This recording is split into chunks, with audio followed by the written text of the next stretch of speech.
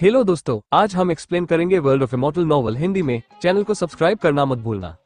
अध्याय 89। बिना किसी संदेह के यह निश्चित रूप से विशेषज्ञों की जोड़ी थी जिसे बौद्ध येझेन ने देखा था। वे प्राणघातक दुश्मन लग रहे थे। प्राचीन शहर में प्रवेश करने के बाद भी वे जीवन और मृत्यु की लड़ाई लड़ रहे थे। काली धुंध और बहुरंगी बादलों ने उन्हें ढक लिया था, जिससे लोग उनका वास्तविक स्वरूप स्पष्ट रूप से नहीं देख पा रहे थे। वे केवल एक धुंधली आकृति ही देख पा रहे थे। ये सचमुच समय की शक्ति है, ये सच्चा ईश्वरीय नियम है। लॉरेंस ने प्रशंसा में हौंकते हुए कहा। यह स्पष्ट था कि वो बहुत उत्साहित था। ऐसा लग रहा था कि वो वास्तव में उस लड़की के पास जाकर उसके साथ संकेतों का आदान प्रदान करना चाहता था। बिना किसी आवाज के एक जानलेवा आभा अचानक से छा गई। जियाओ चेन अचानक घूम गया। उसका बायां हाथ बिग डिपर लाइट स्क्रीन से घिरा हुआ था। उसने उसी पल एक ठंडी रोशनी पकड़ी। चमकदार और दीप्तिमान ब्लेड लगभग पारदर्शी था। ये कला के एक काम की तरह सुंदर था। ये वास्तव में लिटिल ली फ्लाइंग डैगर था। आगे की लड़ाई ने जियाओ चेन को अपनी सतर्कता कम करने पर मजबूर नहीं किया। उसने पहले ही पल छिपकर हमला रोक दिया। अपनी कलाई के हल्के से झटके से तलवार की ओर आसमान में फैल गई और आसमान की ओर बढ़ गई। पफ, खून की एक धार नीचे गिर गई। आसमान में मौजूद आकृति घायल होकर उड़ गई। लॉरेंस आसमान में उड़ने ही वाला था, लेकिन उसे जियो चेन ने वापस खींच लिया और कहा, पीछा मत करो, तुम्हारी चोटें अभी ठीक नहीं हुई है। तुम अपने साथ कुछ भी नहीं होने दे सकते। वास्तव में वॉटन को कालोस ने आसमान पर पहुंचाया था। ये देखा जा सकता है कि वे वास्तव में जल्द से जल्द आपसे छुटकारा पाना चाहते हैं। हालांकि आप पहले कुछ ब्याज एकत्र कर सकते हैं। यहाँ तक बोलते हुए आकर्षक रोवेना ने शरारती ढंग से मुस्कुराया। उसके बाद उसने यान किंगचेन की थोड़ी को सहारा दिया और कहा, इस तरह की अद्वितीय सुंदरता को ब्याज के रूप में पाना वास्तव में अद्भुत है। मुझे इस बारे में सोचना चाहिए कि भविष्य में उसे कैसे वश में किया जाए। जब वे प्राचीन शहर के केंद्र में थे तो ड्रैगन के जादू का इस जगह पर असर पड़ना पहले से ही बहुत मुश्किल था। तुलनात्मक रूप से कहें तो अब उनका जीवन खतरे में नहीं था। यद्यपि समय समय पर उनके आसपास छिपकर हमले होते रहते थे, फिर भी वे ड्रैगन के विनाशकारी हमलों का सामना कर सकते थे। हालांकि जियो चेन को बुरा लग रहा था। उसके अंतर्ज्ञान ने उसे बताया कि ऐसा लग रहा था कि कोई बुरी आत्मा अंधेरे में उन बाहरी लोगों को घूर रही है। उसने अचानक अपना सिर घुमाया। उसने देखा कि एक बड़ी छाया तेज रफ्तार से प्राचीन इमारतों के पास से गुजर रही है। उसे स्पष्ट रूप से समझ में आ रहा था कि यह एक मानव आकृति है। हालांकि यह आकृति थोड़ी ज्यादा बड़ी थी। इसकी ऊंचाई कम से कम 20 मीटर थी। स्विश! लॉरेंस ने अपने सामने एक अंधेरे क्षेत्र की ओर स्थानिक आध्यात्मिक ऊर्जा से संघनित प्रकाश की वर्षा की। चमकदार रोशनी ने उस कोने को रोशन कर दिया और एक टट्टू के आकार की काली बिल्ली ने म्याऊ की आवाज निकाली और अंधेरे में गायब हो गई। इतनी बड़ी काली बिल्ली ने वाकई लोगों को अचंभित कर दिया। इसके अलावा इसने लॉरेंस के लाइट रेन अटैक को भी चकमा दे दिया, जिससे लोगों को और भी ज्यादा शैतानी एहसास हुआ। वो स्पष्ट रूप से देख सकता था कि उसकी गर्दन पर खोपड़ियों की एक माला बंधी हुई थी। यह अवर्णनीय रूप से उदास और रहस्यमय था। प्राचीन सड़क पर कुछ बर्फ सफेद खोपड़ियां लुढ़क रही थीं और केवल तभी रुकी जब वे जियाओ चेन के पैरों तक पहुंची। किंगुआंग वांग, यानलुओ वांग और लुनहुई वांग इन खोपड़ियों को लेकर बहुत चिंतित दिखाई दिए। उन्होंने उन्हें पकड़ लिया। तीनों कंकालों के जबड़ों से कच कच कच की आवाज निकल रही थी। जियो चेन ने उनके हाथों से खोपड़ी ले ली। उन्होंने पाया कि वास्तव में उनके बर्फ सफेद माथे पर कमल का निशान था, जो राजा किगुआंग और अन्य लोगों के माथे पर मौजूद निशानों के समान था। हालांकि बहुत पहले ही इसकी चमक खो चुकी थी और केवल एक छोटा सा निशान ही बचा था। पू पू, कुछ खोपड़ियां बिना किसी कारण के चकनाचूर हो गईं तथा सफेद हड्डियों का चूर्ण सूखी रेत की तरह नीचे बह गया। स्थिति बहुत अजीब थी। ऐसा लग रहा था जैसे खोपड़ियां अनगिनत वर्षों से अस्तित्व में थीं। ऐसा लग रहा था जैसे वे उन्हें फिर से चेतावनी दे रही हो। लॉरेंस ने लुनहुई वांग और अन्य लोगों को देखा। फिर उसने जियो चेन से कहा, माथे पर कमल का निशान है। ये भविष्य में एक मरे हुए संप्रभु राजा के रूप में विकसित हो सकता है। यह एक ऐसा अस्तित्व है जिससे देवता भी डर से कांप उठेंगे। ऐसा प्रतीत होता है कि ये कुछ खोपड़ियां सच्चे प्रभु राजा के नष्ट हो जाने के बाद ही बची है। ये प्राचीन शहर बहुत रहस्यमय और डरावना है, जियो चेन ने अफसोस जताया। अज्ञात रहस्यों में मनुष्यों के लिए एक अनूठा आकर्षण था। जियाओ चेन और अन्य लोग प्राचीन शहर में प्रवेश कर गए। वे यहाँ रुक सकते थे, लेकिन अन्वेषण की तीव्र इच्छा उन्हें आगे बढ़ने के लिए प्रेरित कर रही थी। वे इस मृत्युग्रस्त अभी भी प्राचीन शहर का पता लगाना चाहते थे ताकि इसके बारे में और अधिक जान सके।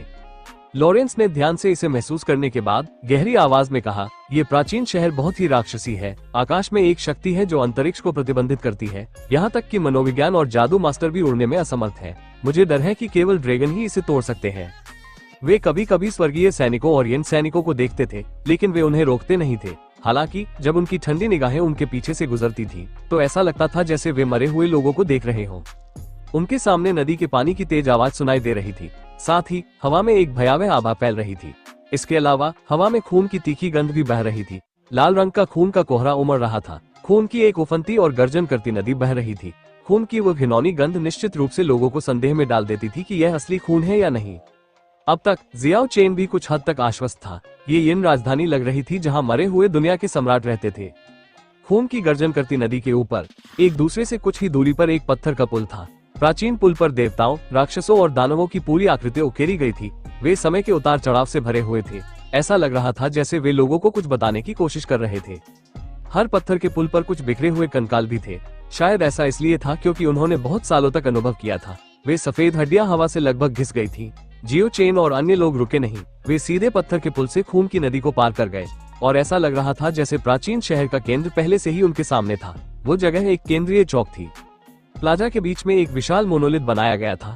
ये 100 मीटर से भी ज्यादा ऊंचा था। जियो चेन दंग रह गया। क्या ये हड्डियों के समुद्र में दिव्य अखंड मूर्ति नहीं थी? प्राचीन शहर में ये कैसे दिखाई दिया? क्या ये हो सकता है कि ये दोनों जुड़े हुए थे? क्या उनके बीच कोई महान संबंध हो सकता है? ऐसा ही होना चाहिए। विशाल चौक अतुलनीय रूप से विशाल था। केंद्र में उस विशाल और भयानक प्राचीन मोनोलिथ के अलावा चौक के चारों ओर की बाड़ भी बहुत खास थी। वे वास्तव में आयताकार पत्थरों से बने थे जो कब्र के पत्थरों की तरह दिखते थे। क्या ये हो सकता है कि यह स्थान प्राचीन कब्रों से बना हो? लॉरेंस ने आसपास की बाड़ों को संदेह भरी नजरों से देखा और ठीक इसी समय बचे हुए साधक भी एक के बाद एक इस स्थान पर पहुंचे। उनमें काले कोहरे में लिपटा वो साधक भी था और रंगीन कोहरे में लिपटी वो स्त्री भी। हालांकि अब वे लड़ नहीं रहे थे और प्रत्येक एक पक्ष पर कब्जा कर लिया था। इस स्थान पर कुल 30 से अधिक लोग आए थे। वे अभ्यासियों में सच्चे कुलीन थे। सैकड़ों लोग हिंसक मौत मर गए, लेकिन अंत में केवल कुछ दर्जन ही बच पाए। दूर एक स्थान पर प्राचीन कवच पहने दिव्य सैनिक और यिन सैनिक अभी भी सभी के साथ ऐसा व्यवहार कर रहे थे जैसे कि वे कुछ भी नहीं है। इन चिकित्सकों के प्रति उनकी कोई प्रतिक्रिया नहीं थी। दूर आकाश में बर्बर ड्रैगन अभी भी दहाड़ रहा था। वो अभी भी इस भूतहा शहर पर हमला कर रहा था। ठीक इसी समय चौक के बीचों बीच खड़ी की गई विशाल प्राचीन प्रतिमा अचानक एक दिव्य चमक के साथ फूट पड़ी, जो आसमान में फैल गई। इसने सांवले आसमान को चीर दिया और खून की उस भारी बारिश को नीचे गिरने से रोक दिया। ये सब आसमान में ही रुक गया। समुद्र जितनी विशाल लहर चौक में हिंसक रूप से उमड़ी। हालांकि यह विनाशकारी आभा नहीं थी, फिर भी यह बहुत शक्तिशाली थी। हालांकि यह विनाशकारी आभा नहीं थी, लेकिन आत्मा से उत्पन्न एक बहुत बड़ा दबाव था। यहाँ अभ्यास करने वालों के लिए इसे सहना बहुत मुश्किल था। यह एक ऐसा डर था जो उनकी आत्मा की गहराई से आता था। उनमें से आधे लोग इस तरह के दबाव को सहन नहीं कर सके। वे वास्तव में घुटने टेकने से खुद को रोक नहीं पाए। यह एक कमजोर चींटी की तरह था जो सभी जीवित प्राणियों के शासक के चरणों में घुटने टेक रही थी। वो विशाल दबाव, वो प्राचीन आभा, उसने सचमुच लोगों की आत्मा को भयभीत कर दिया। जियाओ चेन, लॉरेंस, काले कोहरे में लिपटा रहस्यमय आदमी और रंगीन कोहरे में लिपटी महिला पूरी ताकत से विरोध कर रहे थे। अंत में वे घुटने नहीं टेके। 100 मीटर से भी अधिक ऊंचे उस विशालकाय प्राचीन स्तंभ से निकलने वाली दिव्य चमक उस क्षण में पूरी तरह से रुक गई थी। हालांकि उस क्षण में वह कई भ्रमों में बदल गई। अचानक प्लाजा में कुछ और विशाल सांसारिक मोनोलिथ दिखाई दिए। हालांकि अगर कोई ध्यान से देखे तो उसे पता चलेगा कि उनमें से केवल एक ही असली था, बाकी लगभग असली भ्रम थे। वे प्लाजा के केंद्र में असली प्राचीन मोनोलिथ के साथ खड़े थे। हर कोई आगे बढ़कर उस रहस्यमय प्राचीन पत्थर के खंभे को देखना चाहता था। यद्यपि बादल और धुंध छाए हुए थे, फिर भी सभी ने प्राचीन पत्थर पर रहस्यमय नक्काशी देखी। तथापि कोई भी व्यक्ति विशाल प्राचीन मोनोलिथ और उसके आसपास की मोनोलिथ छायाओं की परतों के करीब नहीं जा सकता था। ऐसा लग रहा था जैसे कोई अदृश्य शक्ति उमड़ रही हो। एक साधक ने करीब जाने की कोशिश की। पहले तो कोई खतरा नहीं था, लेकिन अंत में जब वो कुछ मीटर दूर गया तो वो अचानक खून के ढेर में बदल गया और चौक पर पिघल गया। किसी ने फिर से कोशिश करने की हिम्मत नहीं की। सभी के पास पीछे हटने के अलावा कोई विकल्प नहीं था। उन्होंने विशाल प्राचीन मोनोलिथ को घेर लिया और दूर से देखते रहे। अंत में किसी को नहीं पता था कि चौक के चारों ओर रेलिंग पर नक्काशी को सबसे पहले किसने खोजा था। वह आश्चर्य से चीख पड़ा। उसके बाद सभी लोग उन लंबे काले पत्थरों की ओर चले गए जो कब्र के पत्थरों की तरह लग रहे थे। ऐसा लग रहा था कि मोनोलिथ की रेलिंग पर बहुत सारी प्राचीन घटनाएं दर्ज है। हालांकि वे बहुत रहस्यमय और समझने में कठिन थे। कोई भी उन्हें समझ नहीं पाया। मोनोलिथ पर की गई कोई भी नक्काशी बरकरार नहीं थी। ऐसा लग रहा था जैसे किसी ने जानबूझकर महत्वपूर्ण हिस्सों को मिटा दिया हो। हालांकि सभी के पास अभी भी कुछ फसल थी। उन्होंने वास्तव में कुछ नक्काशी की खोज की जो खेती की विधि के समान प्रतीत होती थी। लॉरेंस ने जियाओ चेन से फुसफुसाकर कहा। उसने एक स्थानिक गुरु द्वारा छोड़ी गई नक्काशी की खोज की। हालांकि नक्काशी बहुत अस्पष्ट थी और अर्थ बहुत जटिल था, फिर भी इसने उसे बहुत प्रेरणा दी। इस समय चौक पर सन्नाटा था। हर कोई मोनोलिथ की रेलिंग के पास खोज कर रहा था। वे और भी अधिक मूल्यवान नक्काशी खोजना चाहते थे। जियो चेन भी खोज रहा था। हालांकि उन्होंने मार्शल कलाकारों की नक्काशी पर ज्यादा ध्यान नहीं दिया, क्योंकि अपने अंतर्ज्ञान के आधार पर उन्होंने पाया कि वे साधना विद्या स्वर्ग द्वारा दिए गए क्यूई प्रशिक्षण आरेख से तुलनीय नहीं थी। हालांकि उसने अभी भी बहुत सारी फसल प्राप्त की। यहाँ कुछ खोई हुई तकनीकें थी, साथ ही कुछ प्रसिद्ध हत्या तकनीकें भी थी, जैसे कि गॉड स्लेयर तकनीक, अराजक 3 शैलियाँ, दानव दमन की 8 तकनीकें और इसी तरह। सत्य को देखते ही सारे नियम लुप्त हो जाते हैं। 10,000 नियम एक क्षण में समझ में आ जाते हैं। जब दृश्य छिपाए नहीं जा सकेंगे तो नग्न सत्य प्रकट हो जाएगा। ठीक इसी समय एक स्पष्ट और गूंजती हुई बौद्ध आवाज सभी के कानों में पहुंची। बौद्ध येजेन हवा में तैरता हुआ आया। वो दुख जो कभी उसके मन में था उसे देखना असंभव था, वर्तमान में वो सुंदर और अलौकिक था। उसने काले कोहरे में लिपटे उस रहस्यमय व्यक्ति को घूरते हुए कहा, एकाकी तलवार दानव, मैं आज तुम्हारे साथ एक कर्म निपटाने आया हूँ।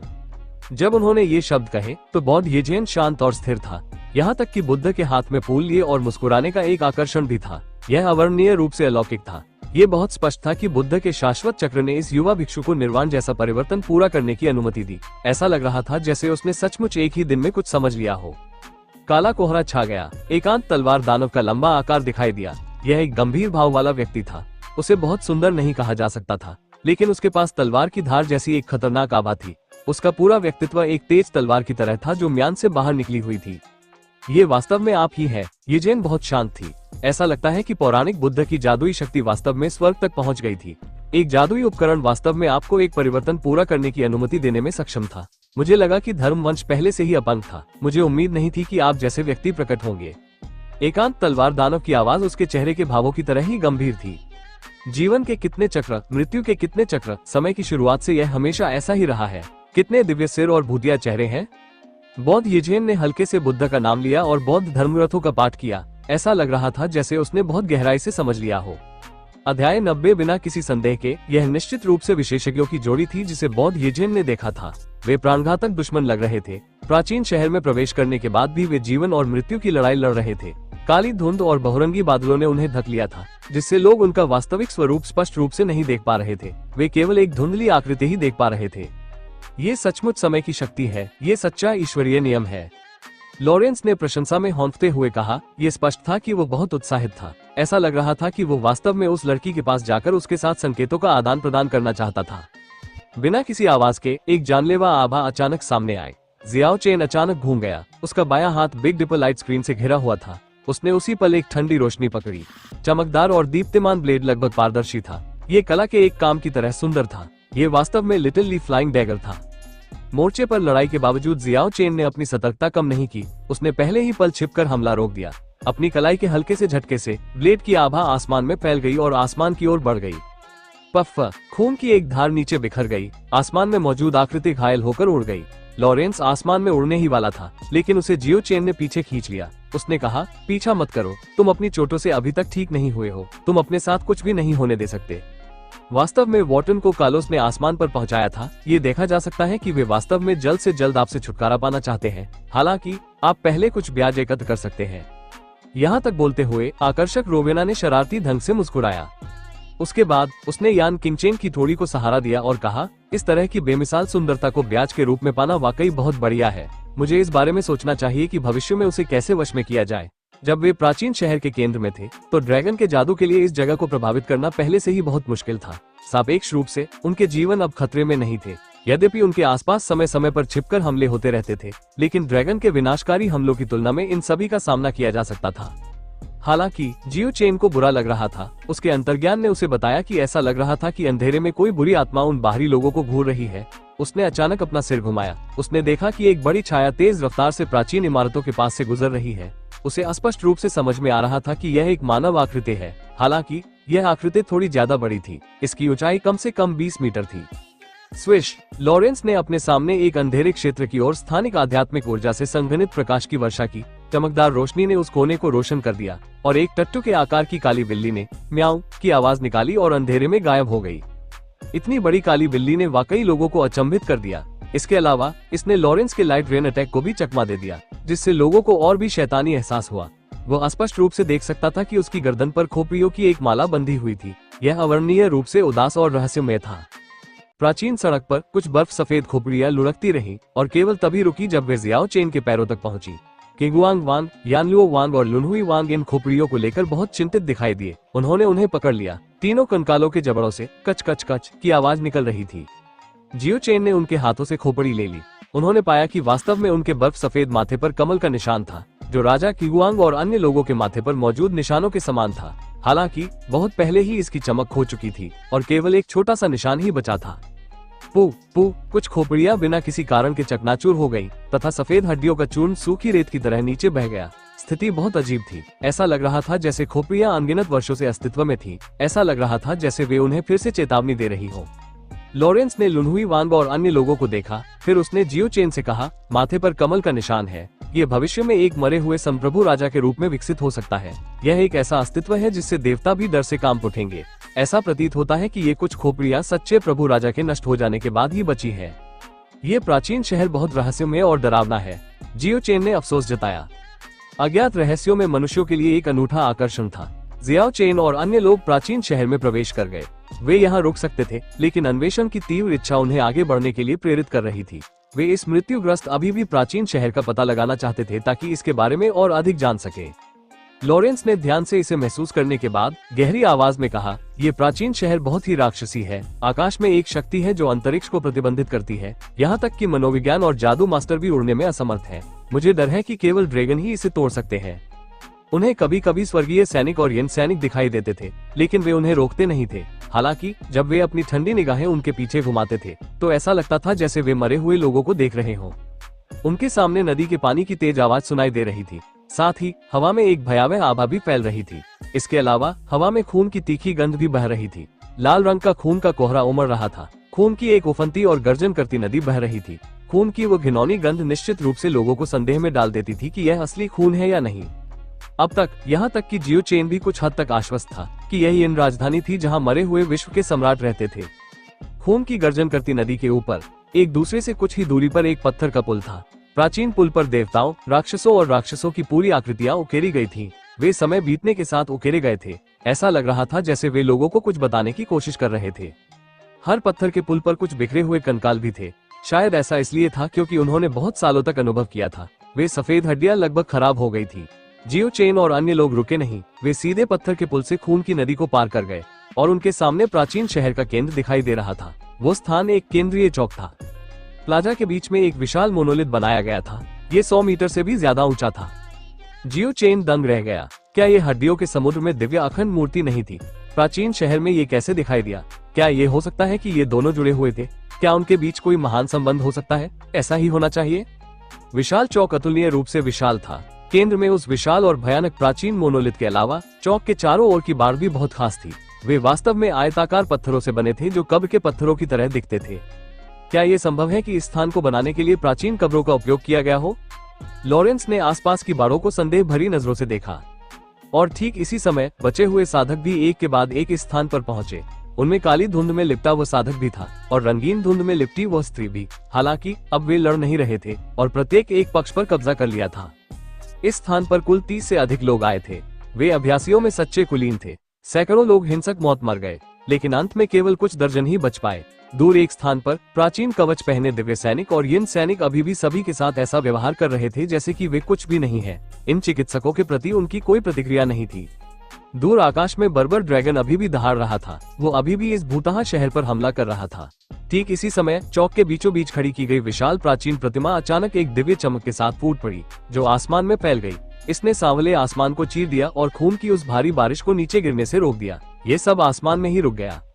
समुद्र जितनी विशाल लहर चौक में हिंसक रूप से उमड़ी। हालांकि यह विनाशकारी आभा नहीं थी, फिर भी यह बहुत शक्तिशाली थी। हालांकि यह विनाशकारी आभा नहीं थी, लेकिन आत्मा से उत्पन्न एक बहुत बड़ा दबाव था। यहाँ अभ्यास करने वालों के लिए इसे सहना बहुत मुश्किल था। यह एक ऐसा डर था जो उनकी आत्मा की गहराई से आता था। उनमें से आधे लोग इस तरह के दबाव को सहन नहीं कर सके। वे वास्तव में घुटने टेकने से खुद को रोक नहीं पाए। यह एक कमजोर चींटी की तरह था जो सभी चीजों के शासक के पैरों में घुटने टेक रही थी। वो विशाल दबाव, वो प्राचीन आभा, उसने सचमुच लोगों की आत्मा को भयभीत कर दिया। जियाओ चेन, लॉरेंस, काली धुंध में लिपटा रहस्यमय आदमी और रंगीन धुंध में लिपटी महिला पूरी ताकत से विरोध कर रहे थे। अंत में वे घुटने नहीं टेके। 100 मीटर से भी अधिक ऊंचे उस विशालकाय प्राचीन स्तंभ से निकलने वाली दिव्य चमक उस क्षण में पूरी तरह से रुक गई थी। हालांकि उस क्षण में वो कई भ्रमों में बदल गई। अचानक प्लाजा में कुछ और विशाल सांसारिक मोनोलिथ दिखाई दिए। हालांकि अगर कोई ध्यान से देखे तो उसे पता चलेगा कि उनमें से केवल एक ही असली था, बाकी लगभग असली भ्रम थे। वे प्लाजा के केंद्र में असली प्राचीन मोनोलिथ के साथ खड़े थे। हर कोई आगे बढ़कर उस रहस्यमय प्राचीन पत्थर के खंभे को देखना चाहता था। यद्यपि बादल घूम रहे थे, फिर भी हर कोई प्राचीन पत्थर के खंभे पर रहस्यमय नक्काशी देख सकता था। तथापि कोई भी व्यक्ति विशाल प्राचीन मोनोलिथ और उसके आसपास की मोनोलिथ छायाओं की परतों के करीब नहीं जा सकता था। ऐसा लग रहा था जैसे कोई अदृश्य शक्ति उमड़ रही हो। एक साधक ने करीब जाने की कोशिश की। पहले तो कोई खतरा नहीं था, लेकिन अंत में जब वो केवल कुछ मीटर दूर गया तो वह अचानक खून के ढेर में बदल गया और चौक पर पिघल गया। किसी ने फिर से कोशिश करने की हिम्मत नहीं की। सभी के पास पीछे हटने के अलावा कोई विकल्प नहीं था।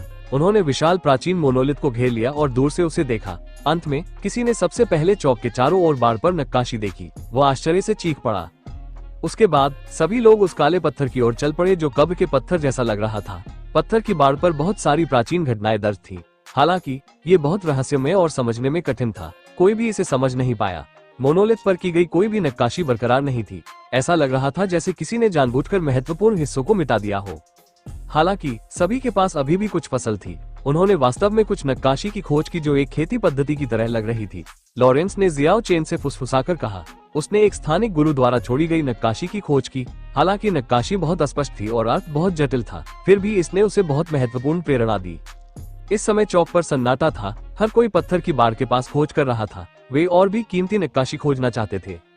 जियो चेन भी खोज रहा था। हालांकि उन्होंने मार्शल कलाकारों की नक्काशी पर ज्यादा ध्यान नहीं दिया, क्योंकि अपने अंतर्ज्ञान के आधार पर उन्होंने पाया कि वे साधना विद्या स्वर्ग द्वारा दिए गए क्यूई प्रशिक्षण आरेख से तुलनीय नहीं थी। हालांकि उसके पास अभी भी बहुत बड़ी फसल थी। यहाँ कई खोई हुई तकनीकें थी, साथ ही कुछ प्रसिद्ध हत्या तकनीकें भी थी, जैसे कि गॉड स्लेयर, अराजक 3 शैलियां, दानव दमन की 8 तकनीकें और इसी तरह। सत्य को देखते ही सारे नियम लुप्त हो जाते हैं। एक क्षण में 10,000 नियम समझ में आ जाते हैं। जब दृश्य को छिपाना संभव नहीं रह जाता तो नग्न सत्य प्रकट हो जाता है।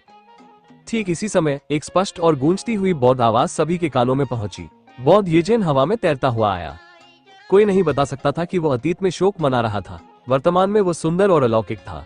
उसने काले कोहरे में लिपटे उस रहस्यमय आदमी को घूरते हुए कहा, एकांत तलवार दानव, मैं आज तुम्हारे साथ एक कर्म निपटाने आया हूँ। जब उन्होंने ये शब्द कहे तो बौद्ध येजेन शांत और स्थिर था। यहाँ तक कि एक बुद्ध के हाथ में फूल लिए और मुस्कुराने का एक आकर्षण भी था। यह अवर्णनीय रूप से अलौकिक था। यह बहुत स्पष्ट था कि बुद्ध के शाश्वत चक्र ने इस युवा भिक्षु को निर्वाण जैसा परिवर्तन पूरा करने की अनुमति दी। ऐसा लग रहा था जैसे उसने सचमुच एक ही दिन में कुछ समझ लिया हो। काला कोहरा छा गया। एकांत तलवार दानव का लंबा आकार दिखाई दिया। यह एक गंभीर भाव वाला व्यक्ति था। उसे बहुत सुंदर नहीं कहा जा सकता था, लेकिन उसके पास तलवार की धार जैसी एक खतरनाक आभा थी। उसका पूरा व्यक्तित्व एक तेज तलवार की तरह था जो म्यान से बाहर निकली हुई थी। ये वास्तव में आप ही है। येजेन बहुत शांत थी। ऐसा लगता है कि पौराणिक बुद्ध की जादुई शक्ति वास्तव में स्वर्ग तक पहुंच गई थी। एक जादुई उपकरण वास्तव में आपको एक परिवर्तन पूरा करने की अनुमति देने में सक्षम था। मुझे लगा कि धर्मवंश पहले से ही अपंग था। मुझे उम्मीद नहीं थी कि आप जैसे व्यक्ति प्रकट होंगे। एकांत तलवार दानव की आवाज उसके चेहरे के भावों की तरह ही गंभीर थी। जीवन के कितने चक्र, मृत्यु के कितने चक्र, प्राचीन काल से ऐसा ही होता आया है। कितने दिव्य सिर और कितने भूतिया चेहरे हैं। बौद्ध येजेन ने हल्के से बौद्ध धर्मग्रंथों का पाठ किया। ऐसा लग रहा था जैसे उसने काफी कुछ समझ लिया है। अध्याय 91। इसमें कोई संदेह नहीं कि यह वही विशेषज्ञ जोड़ी होगी जिसे बौद्ध येजेन ने देखा था। वे प्राणघातक दुश्मन लग रहे थे। प्राचीन शहर में प्रवेश करने के बाद भी वे जीवन और मृत्यु की लड़ाई लड़ रहे थे। काली धुंध और रंग बिरंगे बादलों ने उन्हें ढक लिया था। लोग उनका असली रूप स्पष्ट रूप से नहीं देख पा रहे थे। वे केवल एक धुंधली आकृति ही देख पा रहे थे। ये सचमुच समय की शक्ति है। ये सच्चा ईश्वरीय नियम है। लॉरेंस ने प्रशंसा में हौंकते हुए कहा। ये स्पष्ट था कि वो बहुत उत्साहित था। ऐसा लग रहा था कि वो वास्तव में उस लड़की के पास जाकर उसके साथ संकेतों का आदान प्रदान करना चाहता था। बिना किसी आवाज के एक जानलेवा आभा अचानक से छा गई। जियाओ चेन अचानक घूम गया। उसका बायां हाथ बिग डिपर लाइट स्क्रीन से घिरा हुआ था। उसने उसी पल एक ठंडी रोशनी पकड़ी। चमकदार और दीप्तिमान ब्लेड लगभग पारदर्शी था। ये कला के एक काम की तरह सुंदर था। ये वास्तव में लिटिल ली फ्लाइंग डैगर था। आगे की लड़ाई ने जियाओ चेन को अपनी सतर्कता कम करने पर मजबूर नहीं किया। उसने पहले ही पल में चुपके से हमले को बेअसर कर दिया। अपनी कलाई के एक हल्के झटके से ब्लेड की आभा आसमान में फैल गई और आसमान की ओर बढ़ गई। पफ, खून की एक धार नीचे गिर गई। आसमान में मौजूद आकृति घायल होकर उड़ गई। लॉरेंस आसमान में उड़ना चाहता था, लेकिन उसे जियो चेन ने वापस खींच लिया और कहा, पीछा मत करो। तुम्हारी चोटें अभी तक ठीक नहीं हुई है। तुम अपने साथ कुछ भी नहीं होने दे सकते। वास्तव में वॉटन को कालोस ने आसमान पर पहुंचाया था। ये देखा जा सकता है कि वे वास्तव में जल्द से जल्द आपसे छुटकारा पाना चाहते हैं। हालांकि आप पहले कुछ ब्याज एकत्र कर सकते हैं। यहाँ तक बोलते हुए आकर्षक रोवेना ने शरारती ढंग से मुस्कुराया। उसके बाद उसने यान किंगचेन की थोड़ी को सहारा दिया और कहा, रुचि के रूप में ऐसी सुंदरता का होना वास्तव में बहुत अद्भुत है। मुझे भविष्य में उसे वश में करने के बारे में सोचना चाहिए। जब वे प्राचीन शहर के केंद्र में थे तो ड्रैगन के जादू का इस जगह पर असर पड़ना पहले से ही बहुत मुश्किल था। तुलनात्मक रूप से कहें तो अब उनका जीवन खतरे में नहीं था। यद्यपि समय समय पर उनके आसपास छिपकर हमले होते रहते थे, फिर भी वे ड्रैगन के विनाशकारी हमलों का सामना कर सकते थे। हालांकि जियो चेन को बुरा लग रहा था। उसके अंतर्ज्ञान ने उसे बताया कि ऐसा लग रहा था कि कोई बुरी आत्मा अंधेरे में उन बाहरी लोगों को घूर रही है। उसने अचानक अपना सिर घुमाया। उसने देखा कि एक बड़ी छाया तेज रफ्तार से प्राचीन इमारतों के पास से गुजर रही है। उसे अस्पष्ट रूप से समझ में आ रहा था कि यह एक मानव आकृति है। हालांकि यह आकृति थोड़ी ज्यादा बड़ी थी। इसकी ऊंचाई कम से कम 20 मीटर थी। स्विश! लॉरेंस ने अपने सामने एक अंधेरे क्षेत्र की ओर स्थानिक आध्यात्मिक ऊर्जा से संघनित प्रकाश की वर्षा की। चमकदार रोशनी ने उस कोने को रोशन कर दिया और एक टट्टू के आकार की काली बिल्ली ने म्याऊं की आवाज निकाली और अंधेरे में गायब हो गई। इतनी बड़ी काली बिल्ली ने वाकई लोगों को अचंभित कर दिया। इसके अलावा इसने लॉरेंस के लाइट रेन अटैक को भी चकमा दे दिया, जिससे लोगों को और भी शैतानी एहसास हुआ। वो स्पष्ट रूप से देख सकता था कि उसकी गर्दन पर खोपड़ियों की एक माला बंधी हुई थी। यह अवर्णनीय रूप से उदास और रहस्यमय था। प्राचीन सड़क पर कुछ बर्फ सफेद खोपड़ियां लुढ़कती रहीं और केवल तभी रुकी जब वे जियाओ चेन के पैरों तक पहुंची। केगुआंग वांग, यानलुओ वांग और लुनहुई वांग इन खोपड़ियों को लेकर बहुत चिंतित दिखाई दिए। उन्होंने उन्हें पकड़ लिया। तीनों कंकालों के जबड़ों से कच कच कच की आवाज निकल रही थी। जियो चेन ने उनके हाथों से खोपड़ी ले ली। उन्होंने पाया कि वास्तव में उनके बर्फ सफेद माथे पर कमल का निशान था, जो राजा किगुआंग और अन्य लोगों के माथे पर मौजूद निशानों के समान था। हालांकि बहुत पहले ही इसकी चमक खो चुकी थी और केवल एक छोटा सा निशान ही बचा था। पू पू कुछ खोपड़ियां बिना किसी कारण के चकनाचूर हो गईं तथा सफेद हड्डियों का चूर्ण सूखी रेत की तरह नीचे बह गया। स्थिति बहुत अजीब थी। ऐसा लग रहा था जैसे खोपड़ियां अनगिनत वर्षों से अस्तित्व में थी। ऐसा लग रहा था जैसे वे उन्हें फिर से चेतावनी दे रही हों। लॉरेंस ने लुनहुई वांग और अन्य लोगों को देखा। फिर उसने जियो चेन से कहा, माथे पर कमल का निशान है। ये भविष्य में एक मरे हुए संप्रभु राजा के रूप में विकसित हो सकता है। यह एक ऐसा अस्तित्व है जिससे देवता भी डर से कांप उठेंगे। ऐसा प्रतीत होता है कि ये कुछ खोपड़ियां सच्चे प्रभु राजा के नष्ट हो जाने के बाद ही बची है। ये प्राचीन शहर बहुत रहस्यमय और डरावना है, जियो चेन ने आह भरी। अज्ञात रहस्यों में मनुष्यों के लिए एक अनूठा आकर्षण था। जियाओ चेन और अन्य लोग प्राचीन शहर में प्रवेश कर गए। वे यहाँ रुक सकते थे, लेकिन अन्वेषण की तीव्र इच्छा उन्हें आगे बढ़ने के लिए प्रेरित कर रही थी। वे इस मृत्युग्रस्त अभी भी प्राचीन शहर का पता लगाना चाहते थे ताकि इसके बारे में और अधिक जान सके। लॉरेंस ने ध्यान से इसे महसूस करने के बाद गहरी आवाज में कहा, ये प्राचीन शहर बहुत ही राक्षसी है। आकाश में एक शक्ति है जो अंतरिक्ष को प्रतिबंधित करती है। यहाँ तक कि मनोविज्ञान और जादू मास्टर भी उड़ने में असमर्थ है। मुझे डर है कि केवल ड्रैगन ही इसे तोड़ सकते हैं। वे कभी कभी स्वर्गीय सैनिकों और यन सैनिकों को देखते थे, लेकिन वे उन्हें रोकते नहीं थे। हालांकि जब उनकी ठंडी निगाहें उनके पीछे से गुजरती थी तो ऐसा लगता था जैसे वे मरे हुए लोगों को देख रहे हों। उनके सामने नदी के पानी की तेज आवाज सुनाई दे रही थी। साथ ही हवा में एक भयावह आभा फैल रही थी। इसके अलावा हवा में खून की तीखी गंध भी बह रही थी। लाल रंग का खून का कोहरा उमड़ रहा था। खून की एक उफनती और गर्जन करती नदी बह रही थी। खून की वो घिनौनी गंध निश्चित रूप से लोगों को संदेह में डाल देती थी कि यह असली खून है या नहीं। अब तक जियाओ चेन भी कुछ हद तक आश्वस्त था। ये यिन राजधानी लग रही थी जहां मरे हुए दुनिया के सम्राट रहते थे। खून की गर्जन करती नदी के ऊपर एक दूसरे से कुछ ही दूरी पर एक पत्थर का पुल था। प्राचीन पुल पर देवताओं, राक्षसों और राक्षसों की पूरी आकृतियां उकेरी गई थीं। उन पर समय की हवा और ठंड की आकृतियां उकेरी गई थी। ऐसा लग रहा था जैसे वे लोगों को कुछ बताने की कोशिश कर रहे थे। हर पत्थर के पुल पर कुछ बिखरे हुए कंकाल भी थे। शायद ऐसा इसलिए था क्योंकि उन्होंने बहुत सालों तक अनुभव किया था। वे सफेद हड्डियां लगभग खराब हो गई थी। जियो चेन और अन्य लोग रुके नहीं। वे सीधे पत्थर के पुल से खून की नदी को पार कर गए और उनके सामने प्राचीन शहर का केंद्र दिखाई दे रहा था। वो स्थान एक केंद्रीय चौक था। प्लाजा के बीच में एक विशाल मोनोलिथ बनाया गया था। ये 100 मीटर से भी ज्यादा ऊंचा था। जियो चेन दंग रह गया। क्या ये हड्डियों के समुद्र में दिव्य अखंड मूर्ति नहीं थी? प्राचीन शहर में ये कैसे दिखाई दिया? क्या ये हो सकता है कि ये दोनों जुड़े हुए थे? क्या उनके बीच कोई महान संबंध हो सकता है? ऐसा ही होना चाहिए। विशाल चौक अतुलनीय रूप से विशाल था। केंद्र में उस विशाल और भयानक प्राचीन मोनोलिथ के अलावा चौक के चारों ओर की बाड़ भी बहुत खास थी। वे वास्तव में आयताकार पत्थरों से बने थे जो कब्र के पत्थरों की तरह दिखते थे। क्या ये हो सकता है कि इसका निर्माण प्राचीन कब्रों के पत्थरों से हुआ हो? लॉरेंस ने आसपास की बाड़ों को संदेह भरी नजरों से देखा और ठीक इसी समय बचे हुए साधक भी एक के बाद एक इस स्थान पर पहुंचे। उनमें काली धुंध में लिपटा वो साधक भी था और रंगीन धुंध में लिपटी वो स्त्री भी। हालांकि अब वे लड़ नहीं रहे थे और प्रत्येक एक पक्ष पर कब्जा कर लिया था। कुल मिलाकर इस स्थान पर 30 से ज्यादा लोग आए थे। वे अभ्यासियों के बीच सच्चे कुलीन थे। सैकड़ों लोग हिंसक मौत मर गए, लेकिन अंत में केवल कुछ दर्जन ही बच पाए। दूर एक स्थान पर प्राचीन कवच पहने दिव्य सैनिक और यिन सैनिक अभी भी सभी के साथ ऐसा व्यवहार कर रहे थे जैसे कि वे कुछ भी नहीं है। इन चिकित्सकों के प्रति उनकी कोई प्रतिक्रिया नहीं थी। दूर आकाश में बर्बर ड्रैगन अभी भी दहाड़ रहा था। वो अभी भी इस भूतहा शहर पर हमला कर रहा था। ठीक इसी समय चौक के बीचों बीच खड़ी की गई विशाल प्राचीन प्रतिमा अचानक एक दिव्य चमक के साथ फूट पड़ी, जो आसमान में फैल गई। इसने सांवले आसमान को चीर दिया और धरती को हिला देने वाली खून की बारिश को नीचे गिरने से रोक दिया। ये सब आसमान में ही रुक गया। समुद्र जितनी विशाल लहर चौक में हिंसक रूप से उमड़ी। हालांकि यह विनाशकारी आभा नहीं थी, फिर भी यह बहुत शक्तिशाली थी। हालांकि यह विनाशकारी आभा नहीं थी, लेकिन आत्मा से उत्पन्न एक बहुत बड़ा दबाव था। यहाँ अभ्यास करने वालों के लिए इसे सहना बहुत मुश्किल था। यह एक ऐसा डर था जो उनकी आत्मा की गहराई से आता था। उनमें से आधे लोग इस तरह के दबाव को सहन नहीं कर सके। वे वास्तव में घुटने टेकने से खुद को रोक नहीं पाए। यह एक कमजोर चींटी की तरह था जो सभी जीवित प्राणियों के शासक के चरणों में घुटने टेक रही थी। वो विशाल दबाव, वो प्राचीन आभा, उसने सचमुच लोगों की आत्मा को भयभीत कर दिया। जियाओ चेन, लॉरेंस, काली धुंध में लिपटा रहस्यमय आदमी और रंगीन धुंध में लिपटी महिला पूरी ताकत से विरोध कर रहे थे। अंत में वे घुटने नहीं टेके। 100 मीटर से भी ज्यादा ऊंचे उस विशालकाय प्राचीन पत्थर से निकली दिव्य चमक एक पल में गायब हो गई। हालांकि उस पल में ही वो कई भ्रमों में बदल गई। अचानक प्लाजा में कुछ और विशाल मोनोलिथ दिखाई दिए। हालांकि अगर कोई ध्यान से देखे तो उसे पता चलेगा कि उनमें से केवल एक ही असली था, बाकी लगभग असली भ्रम थे। वे प्लाजा के केंद्र में असली प्राचीन मोनोलिथ के साथ खड़े थे। हर कोई आगे बढ़कर उस रहस्यमय प्राचीन पत्थर के खंभे को देखना चाहता था। यद्यपि वहां धुंध का बादल था, फिर भी सभी ने प्राचीन मोनोलिथ पर रहस्यमय नक्काशी देखी। तथापि कोई भी विशाल प्राचीन मोनोलिथ और उसके आसपास की मोनोलिथ की छाया के करीब नहीं जा सका। ऐसा लग रहा था जैसे कोई अदृश्य शक्ति उमड़ रही हो। एक अभ्यासी ने मोनोलिथ के करीब जाने की कोशिश की। पहले तो कोई खतरा नहीं था, लेकिन जैसे ही वो कुछ मीटर के भीतर पहुंचा, वो अचानक खून के ढेर में बदल गया और चौक पर पिघल गया।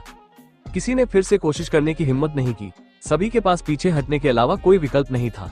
उन्होंने विशाल प्राचीन मोनोलिथ को घेर लिया और दूर से देखते रहे। अंत में किसी को नहीं पता था कि चौक के चारों ओर रेलिंग पर नक्काशी को सबसे पहले किसने खोजा था। वह आश्चर्य से चीख पड़ा। उसके बाद सभी लोग उस काले पत्थर की ओर चल पड़े जो कब्र के पत्थर जैसा लग रहा था। ऐसा लग रहा था कि मोनोलिथ की रेलिंग पर बहुत सारी प्राचीन घटनाएं दर्ज हैं। हालांकि ये बहुत ही रहस्यमय और समझने में कठिन था। कोई भी इसे समझ नहीं पाया। मोनोलिथ पर की गई कोई भी नक्काशी बरकरार नहीं थी। ऐसा लग रहा था जैसे किसी ने जानबूझकर महत्वपूर्ण हिस्सों को मिटा दिया हो। हालांकि सभी के पास अभी भी कुछ फसल थी। उन्होंने वास्तव में कुछ नक्काशी की खोज की जो एक खेती पद्धति की तरह लग रही थी। लॉरेंस ने जियाओ चेन से फुसफुसाकर कहा। उसने शक्तिशाली स्थानिक मास्टर द्वारा छोड़ी गई नक्काशी की खोज की। हालांकि नक्काशी बहुत अस्पष्ट थी और अर्थ बहुत जटिल था, फिर भी इसने उसे बहुत महत्वपूर्ण प्रेरणा दी। इस समय चौक पर सन्नाटा था। हर कोई मोनोलिथ की रेलिंग के पास खोज कर रहा था। वे और भी अधिक मूल्यवान नक्काशी खोजना चाहते थे। जियो चेन भी खोज रहा था। हालांकि उन्होंने मार्शल कलाकारों की नक्काशी पर ज्यादा ध्यान नहीं दिया, क्योंकि अपने अंतर्ज्ञान के आधार पर उन्होंने पाया कि वे साधना विद्या स्वर्ग द्वारा दिए गए क्यूई प्रशिक्षण आरेख से तुलनीय नहीं थी। हालांकि उसने फिर भी बहुत बड़ी फसल प्राप्त की। यहाँ कई खोई हुई तकनीकें थी, साथ ही कुछ प्रसिद्ध हत्या तकनीकें भी थी, जैसे कि गॉड स्लेयर तकनीक, अराजक 3 शैलियाँ, दानव दमन की 8 तकनीकें और इसी तरह। सत्य को देखते ही सारे नियम लुप्त हो जाते हैं। 10,000 नियम एक क्षण में समझ में आ जाते हैं। जब दृश्य छिपाए नहीं जा सकेंगे तो नग्न सत्य प्रकट हो जाएगा। ठीक इसी समय एक स्पष्ट और गूंजती हुई बौद्ध आवाज सभी के कानों में पहुंची। बौद्ध येजेन हवा में तैरता हुआ आया। वो दुख जो कभी उसके मन में था, उसे देखना असंभव था। वर्तमान में वो सुंदर और अलौकिक था। उसने काले कोहरे में लिपटे उस रहस्यमय व्यक्ति को घूरते हुए कहा, एकाकी तलवार दानव, मैं आज तुम्हारे साथ एक कर्म निपटाने आया हूँ। जब उन्होंने ये शब्द कहे तो बौद्ध येजेन शांत और स्थिर था। यहाँ तक कि बुद्ध के हाथ में फूल लिए और मुस्कुराने का एक आकर्षण भी था। यह अवर्णनीय रूप से अलौकिक था। ये बहुत स्पष्ट था कि बुद्ध के शाश्वत चक्र ने इस युवा भिक्षु को निर्वाण जैसा परिवर्तन पूरा करने की अनुमति दी। ऐसा लग रहा था जैसे उसने सचमुच एक ही दिन में कुछ समझ लिया हो। काला कोहरा छा गया। एकांत तलवार दानव का लंबा आकार दिखाई दिया। यह एक गंभीर भाव वाला व्यक्ति था। उसे बहुत सुंदर नहीं कहा जा सकता था, लेकिन उसके पास तलवार की धार जैसी एक खतरनाक आभा थी। उसका पूरा व्यक्तित्व एक तेज तलवार की तरह था जो म्यान से बाहर निकली हुई थी। ये वास्तव में आप ही है। येजेन बहुत शांत थी। ऐसा लगता है कि पौराणिक बुद्ध की जादुई शक्ति वास्तव में स्वर्ग तक पहुंच गई थी। एक जादुई उपकरण वास्तव में आपको एक परिवर्तन पूरा करने की अनुमति देने में सक्षम था। मुझे लगा कि धर्म वंश पहले से ही अपंग था। मुझे उम्मीद नहीं थी कि आप जैसे व्यक्ति प्रकट होंगे। एकांत तलवार दानव की आवाज उसके चेहरे के भावों की तरह ही गंभीर थी। जीवन के कितने चक्र, मृत्यु के कितने चक्र, समय की शुरुआत से यह हमेशा ऐसा ही रहा है, कितने दिव्य सिर और भूतिया चेहरे हैं। बौद्ध यिझेन ने हल्के से बुद्ध का नाम लिया और बौद्ध धर्मग्रंथों का पाठ किया। ऐसा लग रहा था जैसे उसने बहुत गहराई से समझ लिया हो। अध्याय 92 बिना किसी संदेह के यह निश्चित रूप से विशेषज्ञों की जोड़ी थी जिसे बौद्ध यिझेन ने देखा था। वे प्राणघातक दुश्मन लग रहे थे। प्राचीन शहर में प्रवेश करने के बाद भी वे जीवन और मृत्यु की लड़ाई लड़ रहे थे। काली धुंध और बहुरंगी बादलों ने उन्हें ढक लिया था, जिससे लोग उनका वास्तविक स्वरूप स्पष्ट रूप से नहीं देख पा रहे थे। वे केवल एक धुंधली आकृति ही देख पा रहे थे। ये सचमुच समय की शक्ति है, ये सच्चा ईश्वरीय नियम है।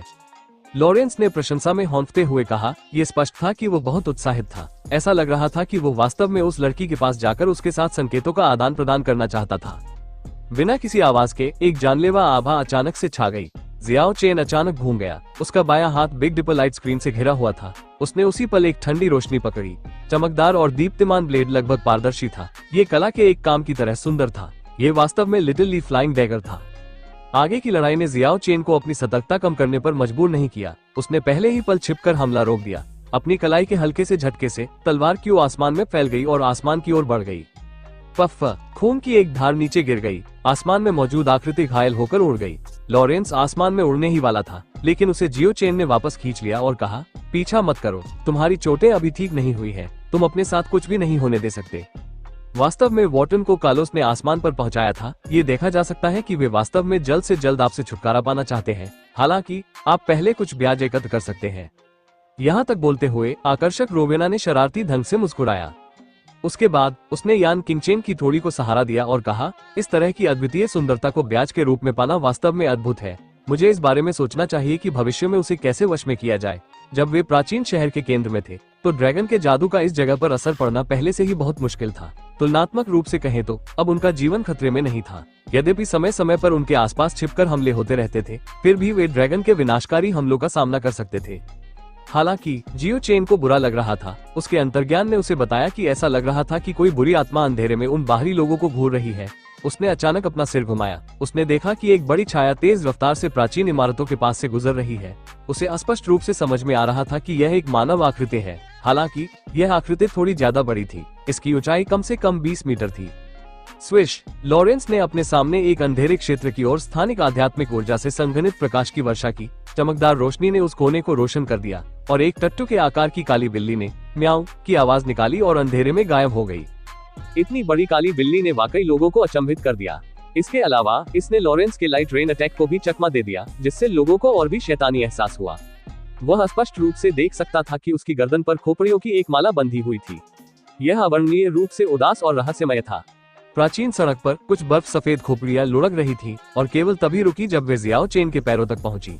केगुआंग वांग, यानलुओ वांग और लुनहुई वांग इन खोपड़ियों को लेकर बहुत चिंतित दिखाई दिए। उन्होंने उन्हें पकड़ लिया। तीनों कंकालों के जबड़ों से कच कच कच की आवाज निकल रही थी। जियो चेन ने उनके हाथों से खोपड़ी ले ली। उन्होंने पाया कि वास्तव में उनके बर्फ सफेद माथे पर कमल का निशान था, जो राजा किगुआंग और अन्य लोगों के माथे पर मौजूद निशानों के समान था। हालांकि बहुत पहले ही इसकी चमक खो चुकी थी और केवल एक छोटा सा निशान ही बचा था। पू पू, कुछ खोपड़ियां बिना किसी कारण के चकनाचूर हो गईं तथा सफेद हड्डियों का चूर्ण सूखी रेत की तरह नीचे बह गया। स्थिति बहुत अजीब थी। ऐसा लग रहा था जैसे खोपड़ियां अनगिनत वर्षों से अस्तित्व में थीं। ऐसा लग रहा था जैसे वे उन्हें फिर से चेतावनी दे रही हो। लॉरेंस ने लुनहुई वांग और अन्य लोगों को देखा। फिर उसने जियो चेन से कहा, माथे पर कमल का निशान है। ये भविष्य में एक मरे हुए संप्रभु राजा के रूप में विकसित हो सकता है। यह एक ऐसा अस्तित्व है जिससे देवता भी डर से कांप उठेंगे। ऐसा प्रतीत होता है कि ये कुछ खोपड़ियां सच्चे प्रभु राजा के नष्ट हो जाने के बाद ही बची है। ये प्राचीन शहर बहुत रहस्यमय और डरावना है। जियो चेन ने आह भरी। अज्ञात रहस्यों में मनुष्यों के लिए एक अनूठा आकर्षण था। जियाओ चेन और अन्य लोग प्राचीन शहर में प्रवेश कर गए। वे यहाँ रुक सकते थे, लेकिन अन्वेषण की तीव्र इच्छा उन्हें आगे बढ़ने के लिए प्रेरित कर रही थी। वे इस मृत्युग्रस्त अभी भी प्राचीन शहर का पता लगाना चाहते थे ताकि इसके बारे में और अधिक जान सके। लॉरेंस ने आसपास के माहौल को ध्यान से महसूस करने के बाद गहरी आवाज में कहा, ये प्राचीन शहर बहुत ही राक्षसी है। आकाश में एक शक्ति है जो अंतरिक्ष को प्रतिबंधित करती है। यहाँ तक कि मनोविज्ञान और जादू के मास्टर भी उड़ने में असमर्थ है। मुझे डर है कि केवल ड्रैगन ही इसे तोड़ सकते हैं। वे कभी कभी स्वर्गीय सैनिकों और यन सैनिकों को देखते थे, लेकिन वे उन्हें रोकते नहीं थे। हालांकि जब उनकी ठंडी निगाहें उनके पीछे से गुजरती थी तो ऐसा लगता था जैसे वे मरे हुए लोगों को देख रहे हों। उनके सामने नदी के पानी की तेज आवाज सुनाई दे रही थी। साथ ही हवा में एक भयावह आभा फैल रही थी। इसके अलावा हवा में खून की तीखी गंध भी बह रही थी। लाल रंग का खून का कोहरा उमड़ रहा था। खून की एक उफनती और गर्जन करती नदी बह रही थी। खून की वो घिनौनी गंध निश्चित रूप से लोगों को संदेह में डाल देती थी कि यह असली खून है या नहीं। अब तक जियाओ चेन भी कुछ हद तक आश्वस्त था। ये यिन राजधानी लग रही थी जहां मरे हुए दुनिया के सम्राट रहते थे। खून की गर्जन करती नदी के ऊपर एक दूसरे से कुछ ही दूरी पर एक पत्थर का पुल था। प्राचीन पुल पर देवताओं, राक्षसों और दानवों की पूरी आकृति उकेरी गई थी। वे समय के उतार चढ़ाव से भरे हुए थे। ऐसा लग रहा था जैसे वे लोगों को कुछ बताने की कोशिश कर रहे थे। हर पत्थर के पुल पर कुछ बिखरे हुए कंकाल भी थे। शायद ऐसा इसलिए था क्योंकि उन्होंने बहुत सालों तक अनुभव किया था। वे सफेद हड्डियां हवा से लगभग घिस गई थी। जियो चेन और अन्य लोग रुके नहीं। वे सीधे पत्थर के पुल से खून की नदी को पार कर गए और ऐसा लग रहा था जैसे प्राचीन शहर का केंद्र पहले से ही उनके सामने था। वो जगह एक केंद्रीय चौक थी। प्लाजा के बीच में एक विशाल मोनोलिथ बनाया गया था। ये 100 मीटर से भी ज्यादा ऊंचा था। जियो चेन दंग रह गया। क्या ये हड्डियों के समुद्र में दिव्य अखंड मूर्ति नहीं थी? प्राचीन शहर में ये कैसे दिखाई दिया? क्या ये हो सकता है कि ये दोनों जुड़े हुए थे? क्या उनके बीच कोई महान संबंध हो सकता है? ऐसा ही होना चाहिए।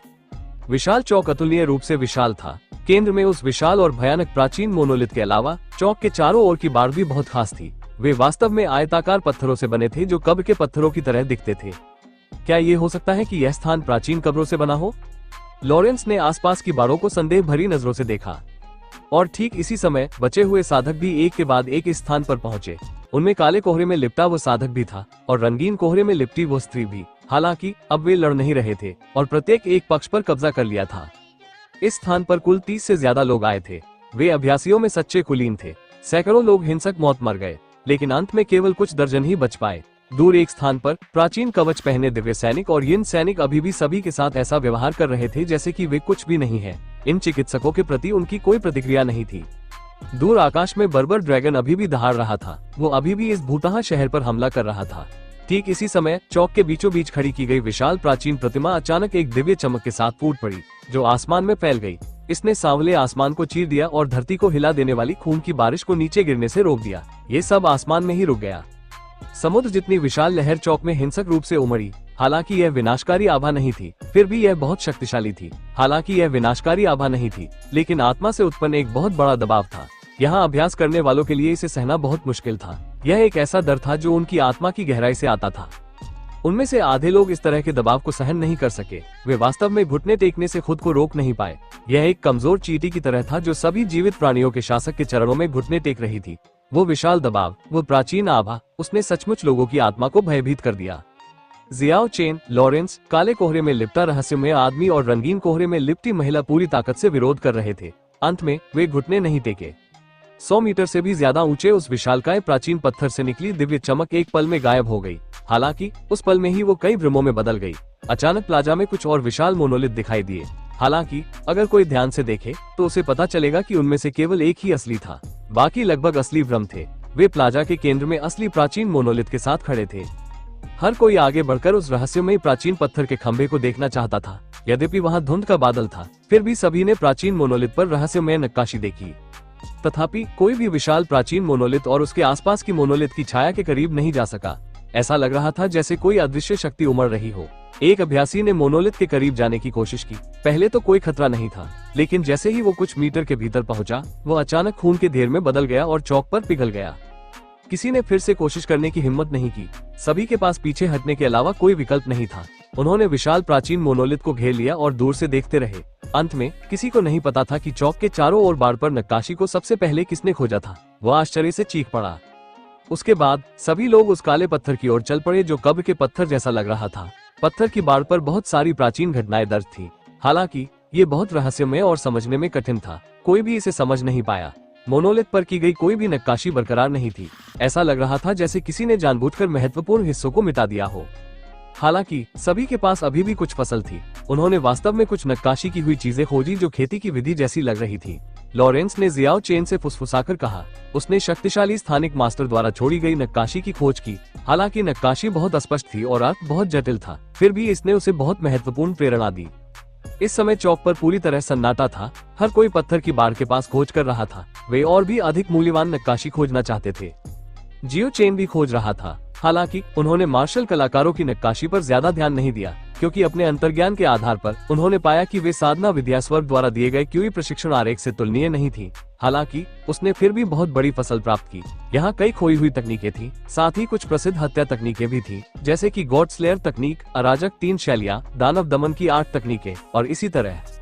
सत्य को देखते ही सारे नियम लुप्त हो जाते हैं। 10,000 नियम एक क्षण में समझ में आ जाते हैं। जब दृश्य छिपाए नहीं जा सकेंगे तो नग्न सत्य प्रकट हो जाएगा। ठीक इसी समय एक स्पष्ट और गूंजती हुई बौद्ध आवाज सभी के कानों में पहुंची। बौद्ध येजेन हवा में तैरता हुआ आया। वो दुख जो कभी उसके मन में था, उसे देखना असंभव था। वर्तमान में वो सुंदर और अलौकिक था। उसने काले कोहरे में लिपटे उस रहस्यमय आदमी को घूरते हुए कहा, एकांत तलवार दानव, आज मैं तुम्हारे साथ एक कर्म निपटाने के लिए यहाँ आया हूँ। जब उन्होंने ये शब्द कहे तो बौद्ध येजेन शांत और स्थिर था। यहाँ तक कि एक देवता के हाथ में फूल लिए और मुस्कुराने का एक आकर्षण भी था। यह अवर्णनीय रूप से अलौकिक था। ये बहुत स्पष्ट था कि बुद्ध के शाश्वत चक्र ने इस युवा भिक्षु को निर्वाण जैसा परिवर्तन पूरा करने की अनुमति दी। ऐसा लग रहा था जैसे उसने सचमुच एक ही दिन में कुछ समझ लिया हो। काला कोहरा छा गया। एकांत तलवार दानव का लंबा आकार दिखाई दिया। यह एक गंभीर भाव वाला व्यक्ति था। उसे बहुत सुंदर नहीं कहा जा सकता था, लेकिन उसके पास तलवार की धार जैसी एक खतरनाक आभा थी। उसका पूरा व्यक्तित्व एक तेज तलवार की तरह था जो म्यान से बाहर निकली हुई थी। ये वास्तव में आप ही है। येजेन बहुत शांत थी। ऐसा लगता है कि पौराणिक बुद्ध की जादुई शक्ति वास्तव में स्वर्ग तक पहुंच गई थी। एक जादुई उपकरण वास्तव में आपको एक परिवर्तन पूरा करने की अनुमति देने में सक्षम था। मुझे लगा कि धर्मवंश पहले से ही अपंग था। मुझे उम्मीद नहीं थी कि आप जैसे व्यक्ति प्रकट होंगे। एकांत तलवार दानव की आवाज उसके चेहरे के भावों की तरह ही गंभीर थी। जीवन के कितने चक्र, मृत्यु के कितने चक्र, समय की शुरुआत से यह हमेशा ऐसा ही रहा है। कितने दिव्य सिर और भूतिया चेहरे हैं। बौद्ध येजेन ने हल्के से बुद्ध का नाम लिया और बौद्ध धर्मग्रंथों का पाठ किया। ऐसा लग रहा था जैसे उसने बहुत गहराई से समझ लिया हो। अध्याय 93। वो निडरता से आगे बढ़ा। उसका लंबा और सीधा शरीर टिमटिमाती रोशनी और गुजरती छाया की तरह था, जो पीछे कई छवियां छोड़ रहा था। पहला वार सीधे दुष्ट आत्मा की कमर पर लगा। ये स्पष्ट था कि वो उसे 2 टुकड़ों में काटना चाहता था। ऐसा लग रहा था जैसे बुरी आत्मा ने जियो चेन की ताकत और हल्के ब्लेड की तीक्ष्णता को महसूस कर लिया था। इस बार उन्होंने ब्लॉक करने के लिए घोस्ट क्लॉ का उपयोग नहीं किया। वो जल्दी से एक तरफ हट गया। उसके बाद इसने जियो चेन के दिल पर पंजा मार दिया। धीरे धीरे जमीन से एक छाया फैली। उसके बाद हड्डियों को कंपा देने वाली ठंडी हवा चली। उसके बाद कोने से एक कफन दिखाई दिया जो भयंकर और क्रूर आभा बिखेर रहा था। वह हवा में फड़फड़ा रहा था। सभी को लगा कि उनके सिर की हड्डियां सुन्न हो गई है। अंत में ये भयानक राक्षस फिर भी उनके पास आ गया। उन्हें लगा कि वे पहले ही इससे छुटकारा पा चुके हैं। जियो चेन तेजी से गली की छाया में भाग गया। उसके पीछे खड़े लोग भी खतरे को पहले ही भांपकर उसकी तरह छिप गए। यह एक प्रकार की प्रतिक्रिया थी जो आध्यात्मिक भावना से उत्पन्न हुई थी। सौभाग्य की तलाश करना और विपत्ति से बचना आत्मा की सहज प्रतिक्रिया थी। यह एक ज्यूजे की शुद्ध लिंग भावना थी जो एक निश्चित स्तर तक पहुंच गई थी। लंबी काली छाया बिना कोई आवाज किए चली जा रही थी। केवल लाश को लपेटने वाला कपड़ा ठंडी हवा में एक भयानक आवाज निकाल रहा था। मौत की 2 आंखें जियाओ चेन और दूसरों को ठंडी निगाहों से घूर रही थी। जियाओ चेन बड़े बड़े कदमों से आगे बढ़ा। उसकी आंखें ब्लेड की धार की तरह तेज थी। उसके हाथ में हल्का ब्लेड पिघलकर उसकी दाहिनी हथेली के साथ एक हो गया था। सारी रोशनी की धारें उसकी हथेली में समा गई। उसकी दाहिनी हथेली दिव्य प्रकाश से चमक रही थी, लगभग पारदर्शी। उसके हाथ के पिछले हिस्से पर बिग डिपर की छाप थी। उसकी हथेली पर पूर्णिमा का चांद बना हुआ था। यद्यपि वे तेजी से आगे बढ़ रहे थे, फिर भी उनकी खेती कमजोर नहीं थी। अंततः वो ये समझने में सफल रहा कि वो किस प्रकार का राक्षस था। उनके हाव भाव बार बार बदलते रहे। यह एक ऐसी आकृति थी जिसके 2 भूरे पंख थे, लेकिन उसका सिर खोपड़ी जैसा था जिस पर केवल सूखी त्वचा की एक परत चिपकी हुई थी। उसकी आंखों की कोठरियां अतुलनीय रूप से खाली थी और वो बहुत डरावना लग रहा था। यह निश्चित रूप से कोई पतित देवदूत या लगभग दिव्य जाति नहीं थी। यह एक वास्तविक मृत पक्षी मानव की तरह था, लेकिन वो स्वतंत्र रूप से उड़ सकता था। प्रेत ने धीमी आवाज में गुर्राहट निकाली। वो बार बार पीछे हटता रहा और उसके पैरों के नीचे जमीन पर बड़ी बड़ी दरारें पड़ गई। कोई भी कल्पना कर सकता है कि वो कितने दबाव में था। क्रूर आत्मा गुस्से से दहाड़ने लगी। उसकी भूतिया हथेली में धसी हुई प्रकाश की तेज धार वास्तव में टूट गई। उसका एक भूतिया पंजा टूट गया था। लाश से निकला पीला तरल पदार्थ हर जगह फैल गया। हड्डियां टूटने की आवाज सुनाई दे रही थी। भूतिया पंजा वास्तव में टूट गया था। ये कहना होगा कि बिग डिपर और क्रिसेंट ब्लेड के साथ संयोजित पाम ब्लेड अजेय था। यहाँ तक कि क्रूर आत्मा को भी बहुत कष्ट हुआ, लेकिन उसी क्षण दुष्ट भूत के शरीर पर पड़ा कफन फड़फड़ा उठा। काला कोहरा जल्दी से जियो चेन की चमकदार दाहिनी हथेली के चारों ओर लिपट गया और काला कोहरा बढ़ गया। तुरंत ही प्रकाश लुप्त हो गया। लॉरेंस का सुंदर और कुछ बीमार सा चेहरा लालिमा से लाल हो गया। उन्होंने अपनी चरम स्तरीय परम कला का प्रदर्शन किया, जिसमें उन्होंने अंतरिक्ष की शक्ति का प्रयोग करके दुष्ट आत्मा को फंसाया तथा अंतरिक्ष को मोड़कर दुष्ट आत्मा को टुकड़े टुकड़े कर दिया। अचानक किंगवांग वांग और अन्य 2 कंकाल बेचैन हो गए। उसकी आंखों की आत्मिक ज्योति गली के अंत की ओर देख रही थी।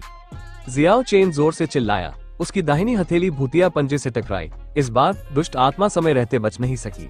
वो केवल भूत पंजे को अपनी हथेली के ब्लेड को पकड़ने दे सकता था। ओवरलैपिंग स्पेस, यहाँ तक कि जियो चेन, जिसके पास लोहे जैसी इच्छा शक्ति थी, ने भी ऐसी ही आह भरी। एक ताड़ के ब्लेड ने बुरी आत्मा की बाह पर भयंकर घाव कर दिया। एक भयानक घाव बन गया और लाश का पानी बह निकला। प्रकाश चमक उठा। ताड़ के फलक ने अनेक प्रतिबिंब छोड़े। जियो चेन का पूरा शरीर प्रकाश की किरण में परिवर्तित हो गया। उसने धीमी गति से चलने वाली बुरी आत्मा के चारों ओर चक्कर लगाया और लगातार हमला किया। तीनों कंकाल भूतहा शहर की भयावह आभा के प्रति बहुत संवेदनशील प्रतीत हो रहे थे। इस बार उन्होंने वास्तव में जियो चेन और अन्य लोगों से पहले इसकी खोज की। और जियाओ चेन भी शक्तिशाली बल से हल्के से प्रभावित नहीं था। इससे भी अधिक गंभीर बात यह थी कि दुष्ट आत्मा ने उसे जकड़ लिया था। उसने अपनी मूल स्थिति पर एक छवि छोड़ी और एक पल में उसके सामने आ गई। उसने अपने भूतिया पंजे खोले और उसे पकड़ने की कोशिश की। क्रेग, काफी समय के बाद गली में शांति लौट आई। तथापि दुष्ट आत्मा की ताकत और आतंक लॉरेंस और जियो चेन की अपेक्षा से अधिक था। कफन बुरी तरह से कांप उठा। इससे एक घनी मौत की आभा निकल रही थी। पाताल लोक की रोशनी ने लॉरेंस की स्थानिक आध्यात्मिक शक्ति को ध्वस्त कर दिया। ओवरलैपिंग सियान स्पेस एक पल में गायब हो गया। लॉरेंस अपनी ही अराजक शक्ति से उड़ गया। उसके मुंह के कोने से खून की धार बह निकली। जियाओ चेन की साधना के आगे बढ़ने के बाद सबसे बड़ा सुधार उसकी गति के अलावा और कुछ नहीं था। वो हवा में बाल की चौड़ाई से कलाबाजी करता हुआ एक पल में आसमान में उड़ गया। उसने उस भूतिया पंजे को चकमा दे दिया और फिर वो अपना सिर नीचे झुकाकर नीचे झपटा। उसके हाथ में जो हल्का ब्लेड था, उससे एक चमकदार दिव्य चमक निकल रही थी। वो नीचे की ओर स्थित बुरी आत्मा की ओर वार कर रहा था। तोड़ना। जियो चेन ने अपनी साधना को तेजी से बढ़ाया। उसने बहुत तेजी से चकमा दिया और एक अतुलनीय तेज और भयंकर जवाबी हमला किया। एक आदमी और एक भूत एक दूसरे से 2 प्रकाश की लकीरों की तरह उलझ गए। वो कफन अत्यंत क्रूर राक्षसी वस्तु लग रही थी। ठंडी हवा के झोंके चलने लगे। जियाओ चेन को हवा से चक्कर आ रहा था। एक के बाद एक पाताल लोक की रोशनी उसके चारों ओर लिपट गई। ऐसा लग रहा था मानो भूतिया परछाइयों की परतें उसके चारों ओर नाच रही हो। इससे जियाओ चेन को एक सुनहरा अवसर मिला। हालांकि उसका शरीर लंबा और सीधा था, लेकिन उसकी हरकतें हवा और बिजली की तरह तेज थीं। इसके अलावा वो प्रकाश की तरह फुर्तीला था। उसने अपने शरीर को हवा में घुमाया और एक बार फिर अस्थायी रूप से फंसी हुई दुष्ट आत्मा की ओर वार किया। दुष्ट आत्मा सचमुच बहुत शक्तिशाली थी। उसने कफन की राक्षसी शक्ति का उपयोग करके एक क्षेत्र स्थापित किया जो उसका था। वो एक विशेष भूत क्षेत्र था। भले ही जियो चेन की युद्ध क्षमता बेजोड़ थी, भले ही उसकी हथेली की रोशनी बुरी आत्मा के लिए वर्जित थी, फिर भी इसे दबा दिया गया और लगातार चकमा दिया गया। दुष्टामा के शरीर से इस प्रकार की ध्वनि निकली। ऐसा लग रहा था मानो लॉरेंस के स्थानिक दबाव का प्रतिरोध करने के लिए उसके शरीर की सभी हड्डियां उखड़ गई हो। क्लेंग, इसे करें। क्रूर आत्मा दहाड़ती हुई आगे बढ़ी और काले कोहरे की लहरें उठाती हुई आगे बढ़ी। जमीन पर अपनी भयंकर दौड़ के बीच क्रूर आत्मा आगे बढ़ी। उसकी तेज दौड़ से जमीन सचमुच हिलने लगी। एक के बाद एक जमीन पर बड़ी बड़ी दरारें दिखाई देने लगी। इससे अंदाजा लगाया जा सकता था कि वह कितना शक्तिशाली था। लॉरेंस और जियाओ चेन ने एक दूसरे को देखा। ये दुष्ट आत्मा बहुत शक्तिशाली थी। वे शायद उसका कुछ नहीं बिगाड़ पाएंगे, लेकिन अब भागना बेकार था। जीवित रहने की आशा के लिए वे केवल मौत तक लड़ सकते थे। गर्जन। प्रकाश की किरणें टिमटिमाने लगी। चांदनी का अर्धचंद्राकार ब्लेड घूमकर आ पहुंचा। इसकी गति बहुत तेज थी क्योंकि ये दुष्ट आत्मा के पेट की ओर हमला कर रहा था। उसी समय लॉरेंस के हाथ लगातार चलने लगे। आध्यात्मिक शक्ति से संघनित एक स्थानिक पिंजरा तेज गति से दुष्ट आत्मा की ओर गिरा। अब उनके पास भागने का कोई रास्ता नहीं बचा था। ये दुष्ट आत्मा स्पष्ट रूप से उन पर हावी हो चुकी थी। वे इसे केवल एक बार और हमेशा के लिए समाप्त कर सकते थे। लॉरेंस का सियान युद्ध क्षेत्र खुल गया। लाश की बदबू तुरंत फैल गई। रोवेना और यान किंग चेंग जो पीछे थे, लगभग अपनी कड़वाहट उगलने लगे। तीनों कंकालों को भी इस तरह की शैतानी आभा से नफरत थी। वे हवा के विपरीत दिशा में छिप गए। हल्के ब्लेड ने उस सूजे हुए भुतिया पंजे को बेरहमी से काट डाला। हालांकि दुष्ट आत्मा की रक्षा के लिए पाताल लोक की टिमटिमाती रोशनी थी, लेकिन बिग डिपर के साथ मिलकर जियाओ चेन का हल्का ब्लेड वाकई बहुत तेज हो गया था। ये वास्तव में गहराई तक काटने में कामयाब रहा। वो सूजा हुआ भूतिया पंजा लगभग कट गया था। लाश से निकला पीला तरल पदार्थ हर जगह फैल गया। प्रकाश ब्लेड भूतिया पंजे की हड्डियों में धंसा हुआ था। दुष्ट आत्मा जरा भी नहीं डरी। इसके विपरीत इसने बड़ी प्रगति की। दाएं हाथ के भूतिया पंजे ने चांदनी की धार को फिर से विक्षेपित कर दिया। उसी समय उसने अपना बायां हाथ आगे बढ़ाया। उसने सचमुच अपने सिर के ऊपर लगे हरे पिंजरे को इतनी भयंकर शक्ति से तोड़ दिया। सड़ती हुई लाशों की घनी दुर्गंध हवा में फैली हुई थी। उसका बायां हाथ उसके दाएं हाथ से बहुत अलग था। उसका बायां हाथ बहुत ज्यादा सूजा हुआ था, मानो कई दिनों तक पानी में भीगा रहा हो। वो बहुत फूला हुआ और मोटा था, लेकिन उसकी ताकत उसके दाएं हाथ से कम नहीं थी। ये सचमुच एक भयावह जगह है। उसका पूरा शरीर अंधकार में डूबा हुआ था। वहाँ चारों ओर काला कोहरा छाया हुआ था और उसका शरीर उस विशाल शव के कपड़े से पूरी तरह ढका हुआ था। इससे लोगों के लिए उसका चेहरा स्पष्ट रूप से देखना मुश्किल हो गया। केवल एक जोड़ी आंखें ही दिखाई दे रही थी। ऐसा लग रहा था जैसे कोई पीली हरी भूतिया आग धधक रही हो। कोई आत्मा का उतार चढ़ाव नहीं था, केवल सड़ती हुई लाशों की बदबू थी, साथ ही भयावह आभा भी। यहाँ से जल्दी से चले जाओ, सब कुछ बहुत जल्दी हुआ। ये सब हवा में हुआ। दुष्ट आत्मा ने धीमी आवाज में गुर्राहट की। उसके शरीर को ढंकने वाला शव का कपड़ा हिलने लगा। वो जियाओ चेन को अपने अंदर लपेटना चाहता था। काली धुंध ने छोटी गली को डुबो दिया था। मृत्यु का आभामंडल विशाल एवं शक्तिशाली था। ये स्थान अत्यंत भयावह था। झनकार, धातु की कान चीरने वाली आवाज ने लोगों के कान के पर्दे हिला दिए। यह अतुलनीय रूप से दर्दनाक था। दुष्ट आत्मा का दाहिना हाथ बिजली की तरह तेजी से चला। इसने ठंडी हवा पैदा की और उसकी गर्दन के सामने रुक गया। उस अर्धचंद्राकार चांदनी ब्लेड को बलपूर्वक दूर हटा दिया गया। वो एक भूतिया पंजा था जो किसी पक्षी के सोने जैसा दिखता था। सूखे हुए जोड़ों पर काली लाश की खाल की एक परत चिपकी हुई थी। यह न केवल नाम से बल्कि वास्तविकता में भी दुष्ट आत्मा का क्रूर पंजा था। इसे देखकर ही लोगों के सिर में सुन्नपन आ जाता था। अंत में वो हवा में बहुत ऊपर तक उड़ गया। वो उस राक्षसी भूत क्षेत्र से अलग होना चाहता था। हालांकि दुष्ट आत्मा भी आसमान में उड़ गई और हवा में उसके साथ उलझ गई। जैसे ही भूतिया पंजा लहराया, एक के बाद एक मौत की भयानक रोशनी दिखाई दी। पाताल लोक की आभा ने जियाओ चेन को घेर लिया। अर्धचंद्राकार चांदनी ब्लेड ने एक सुंदर प्रक्षेप पथ बनाया। यह विशाल आकाश में एक धूमकेतु की तरह चमक रहा था। देदीप्यमान दिव्य आभा ने पूरी अंधेरी गली को प्रकाशित कर दिया। वो सीधे उस दुष्ट आत्मा की गर्दन पर जा लगी। काला कोहरा छट गया और क्रूर भूत का लंबा शरीर दिखाई दिया। काले कपड़े की ठंडी चादर के नीचे यह एक विस्मयकारी कब्र जैसा लग रहा था। क्रंच क्रंच, यह अतिव्यापी स्थान के कारण टूट गया था। हालांकि क्रूर आत्मा जियाओ चेन को फाड़ना चाहती थी, लेकिन वह ऐसा नहीं कर सकी। वह इतनी चिंतित थी कि वह उग्र रूप से दहाड़ने लगी। यद्यपि उसकी मृत्यु शरीर ने ताड़ के ब्लेड को अवरुद्ध करने के लिए पाताल लोक प्रकाश की किरणें उत्सर्जित की, फिर भी यह उसे रोकने के लिए पर्याप्त नहीं थी। लेकिन उन्हें काफी नुकसान भी हुआ था।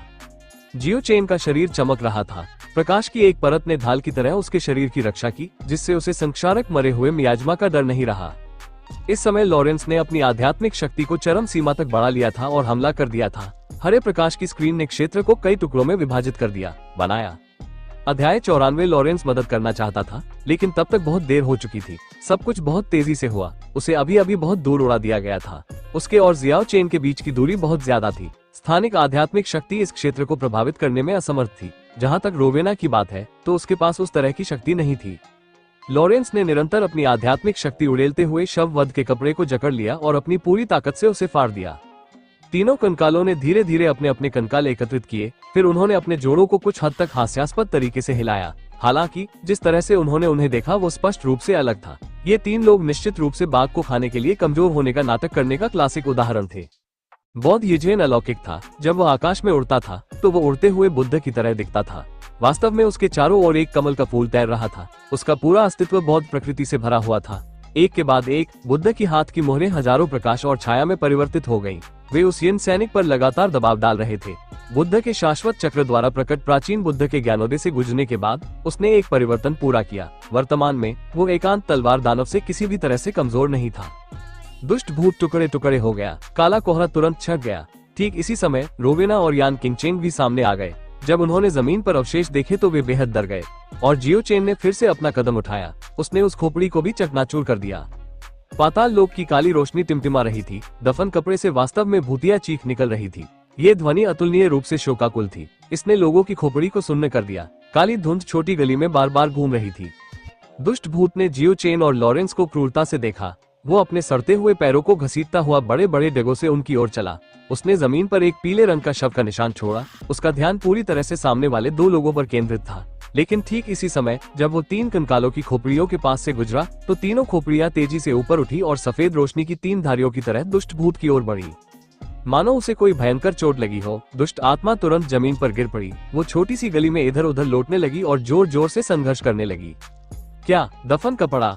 जियाओ चेन ने जल्दी से लॉरेंस और बाकी लोगों को पकड़ लिया। वे छोटी गली के कोने से दूर चले गए। हालांकि उसका दिल अब शांत नहीं रह पा रहा था। आखिर प्राचीन शहर किस तरह की जगह थी?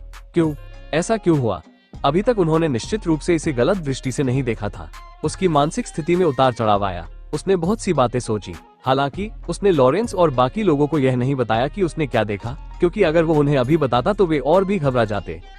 यान किंगचेंग किनारे से पूरी लड़ाई देख रही थी।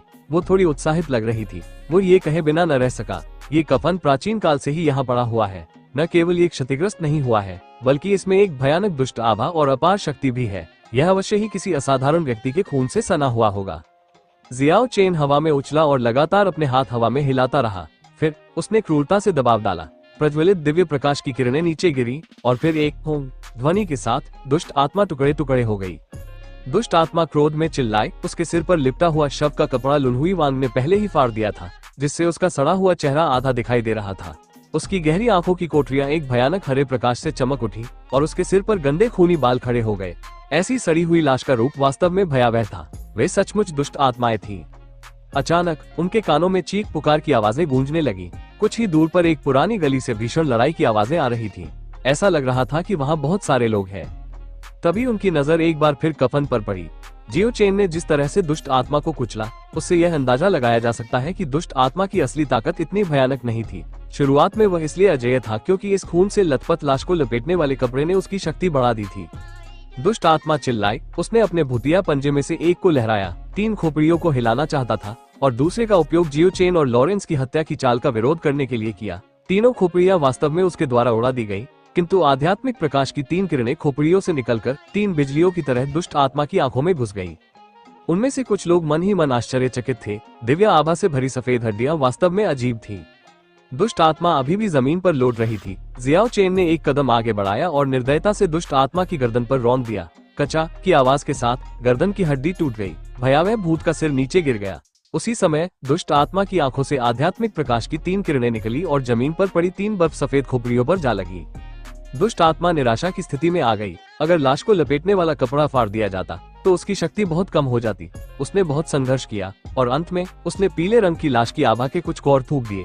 यह एक चमकदार प्रकाश तलवार में बदल गया और जियो चेन और लॉरेंस पर हमला किया। यह उसके भीतर मौजूद सबसे मजबूत भयावह आभा थी। जियो चेन ने बौद्ध येझेन की आवाज सुनी। वो इस छोटी गली से बाहर निकला और उस प्राचीन सड़क की ओर देखा। उसने केवल 7 से 8 अभ्यासियों को 2 येन सैनिकों के साथ लड़ते हुए देखा। उनमें से एक बौद्ध येझेन और एकांत तलवार दानव भी थे। इस समय उन्होंने अपनी शिकायतों को एक तरफ रख दिया और शक्तिशाली दुश्मन के खिलाफ एक साथ लड़े। इसके अलावा रंगीन धुंध में लिपटी वो रहस्यमय महिला भी उनमें से एक थी। दुष्ट आत्मा दहाड़ने लगी। जैसे ही जियो चेन और लॉरेंस को पीछे धकेला गया, दुष्ट आत्मा दहाड़ने लगी। जिस क्षण जियो चेन और लॉरेंस को पीछे हटने के लिए मजबूर किया गया, उसने लाश को लपेटने वाले कपड़े को अपनी पूरी ताकत से हिलाया। काली धुंध बार बार घिरी और उसने किगुआंग वांग, यानलुओ वांग और लुनहुई वांग को एक पल में हिलाकर रख दिया। जब वे एक साथ जमीन पर गिरे तो जियाओ चेन की चमकदार दाहिनी हथेली आखिरकार लाश लपेटने वाले कपड़े से मुक्त होने के लिए संघर्ष करती रही। तीनों कंकालों ने लाश लपेटने वाले कपड़े को 3 अलग अलग दिशाओं से फाड़ दिया। वे इसे बुरी आत्मा के शरीर से अलग करना चाहते थे। गर्जन, खड़खड़ाहट, तीनों कंकालों के कंकाल टूटकर सड़क पर बिखर गए। जमीन पर पड़ी सफेद हड्डियां बहुत ही चमकीली दिख रही थीं। टकराना। लॉरेंस के कुछ रुगन लेकिन सुंदर चेहरे पर मुस्कान की एक झलक उभरी। उसने प्लाजा की रेलिंग पर बहुत सारे अंतरिक्ष उत्कीर्णन याद कर लिए थे। यदि उसे समय दिया जाता तो वो अवश्य ही कुछ न कुछ समझ लेता। येन सैनिकों में से एक प्राचीन जीवाश्म की तरह था। उसका पूरा शरीर कवच से ढका हुआ था। वो एक भी कदम आगे बढ़े बिना वहीं खड़ा रहा। उसके हाथ में कांस्य भाला एक के बाद एक प्रकाश की किरणें खींच रहा था, जिससे कुछ युवा विशेषज्ञ एक कोने में चले गए। क्लैक क्लैक, तीनों कंकालों ने लगातार अपने जबड़े खोले और बंद किए। उन्होंने मना करने के लिए अपने हाथ हिलाए। उसी समय उनके माथे पर कमल का निशान दिव्य चमक के साथ खिल उठा। इसने उनके सफेद कंकाल को सफेद जैड की तरह उज्जवल बना दिया। वहां उदास आभा का एक निशान भी नहीं था। ये दिव्य जैड की सबसे उत्तम कृति की तरह लग रहा था। अंत में लाश को लपेटने वाले कपड़े को गली में लगे पत्थर के नीचे कुछ लोगों ने दबा दिया और फिर जल्दी से वहां से चले गए। हालांकि कोने पर जियाओ चेन ने स्पष्ट रूप से चिरमराहट की आवाज सुनी। ऐसा लग रहा था जैसे किसी प्राचीन निवास का मुख्य दरवाजा धक्का देकर खोला गया हो। उसने अचानक अपना सिर घुमाकर देखा। उसने देखा कि प्राचीन पोशाक पहने एक व्यक्ति ने झंडे के नीचे से लाश को लपेटने वाले कपड़े को जल्दी से बाहर निकाला। फिर वो उस प्राचीन निवास की ओर वापस तैर गया। यह सही है, ये किसी अत्यंत शक्तिशाली विशेषज्ञ के खून से दूषित हुआ होगा, अन्यथा इसका इतना भयानक होना असंभव होता। यदि रंगीन धुंध में लिपटी वो महिला न होती जिसने समय के दिव्य नियम का उपयोग करके उसकी गति को धीमा नहीं किया होता, तो उनमें से कुछ पहले ही खतरे में पड़ गए होते। एकांत तलवार दानव का पूरा शरीर एक तीखी तलवार की तरह था और उसके हाथ में लोहे की तलवार ने अंतरिक्ष को भी विकृत कर दिया था। लंबी तलवार ने सीटी की आवाजों की एक श्रृंखला जारी की। वो निश्चित रूप से उन कुछ लोगों में सबसे मजबूत लड़ाकू शक्ति वाला था। जैसे जैसे वे प्राचीन सड़क से गुजरते गए, जियाओ चेन और भी ज्यादा सतर्क हो गया। उसने हर प्राचीन निवास के मुख्य दरवाजे से सम्मानजनक दूरी बनाए रखी। ये बताना मुश्किल था कि अंदर क्या छिपा है, और यह अनुमान लगाना और भी असंभव था कि प्राचीन शहर के अंदर किस तरह के खतरे छिपे हुए हैं। यह वयस्क दुष्ट आत्मा उस छोटी दुष्ट आत्मा से अधिक शक्तिशाली नहीं है जिसे हमने पहले समाप्त किया था। ये केवल इस दुष्ट आत्मा पर निर्भर है। हमें इससे कैसे निपटना चाहिए? हालांकि ठीक इसी समय 3 सफेद रोशनियां 3 बिजली की तरह आसमान में दौड़ी। 3 कंकाल जिन्होंने अब तक कोई कदम नहीं उठाया था, आखिरकार तब आगे बढ़े जब जियो चेन को खतरा हुआ। युद्ध की शुरुआत से ही वे तीनों किनारे से युद्ध को देख रहे थे। वे इतने शांत थे कि यह कुछ हद तक असामान्य था। ऐसा लग रहा था जैसे वे दुष्ट आत्मा की कमजोरी को देख रहे थे। गर्जन गर्जन, जियो चेन ने किवांग वांग और बाकी लोगों की ओर देखा। जल्दी करो, लाश को लपेटने वाला कपड़ा हटाओ। वो उतना शक्तिशाली नहीं है जितना हमने सोचा था। उसकी शक्ति इस दुष्ट कपड़े से आती है। क्या होगा अगर मैं इसे तुम तीनों को दे दूं?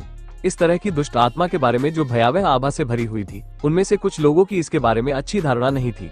कोई भी इसे हथियार के रूप में इस्तेमाल करने को तैयार नहीं था। भले ही वे इसे परिष्कृत करना चाहते थे, लेकिन ये बहुत संभव नहीं लगता था। शायद केवल दुष्ट आत्मा ही इसे परिष्कृत कर सकती थी।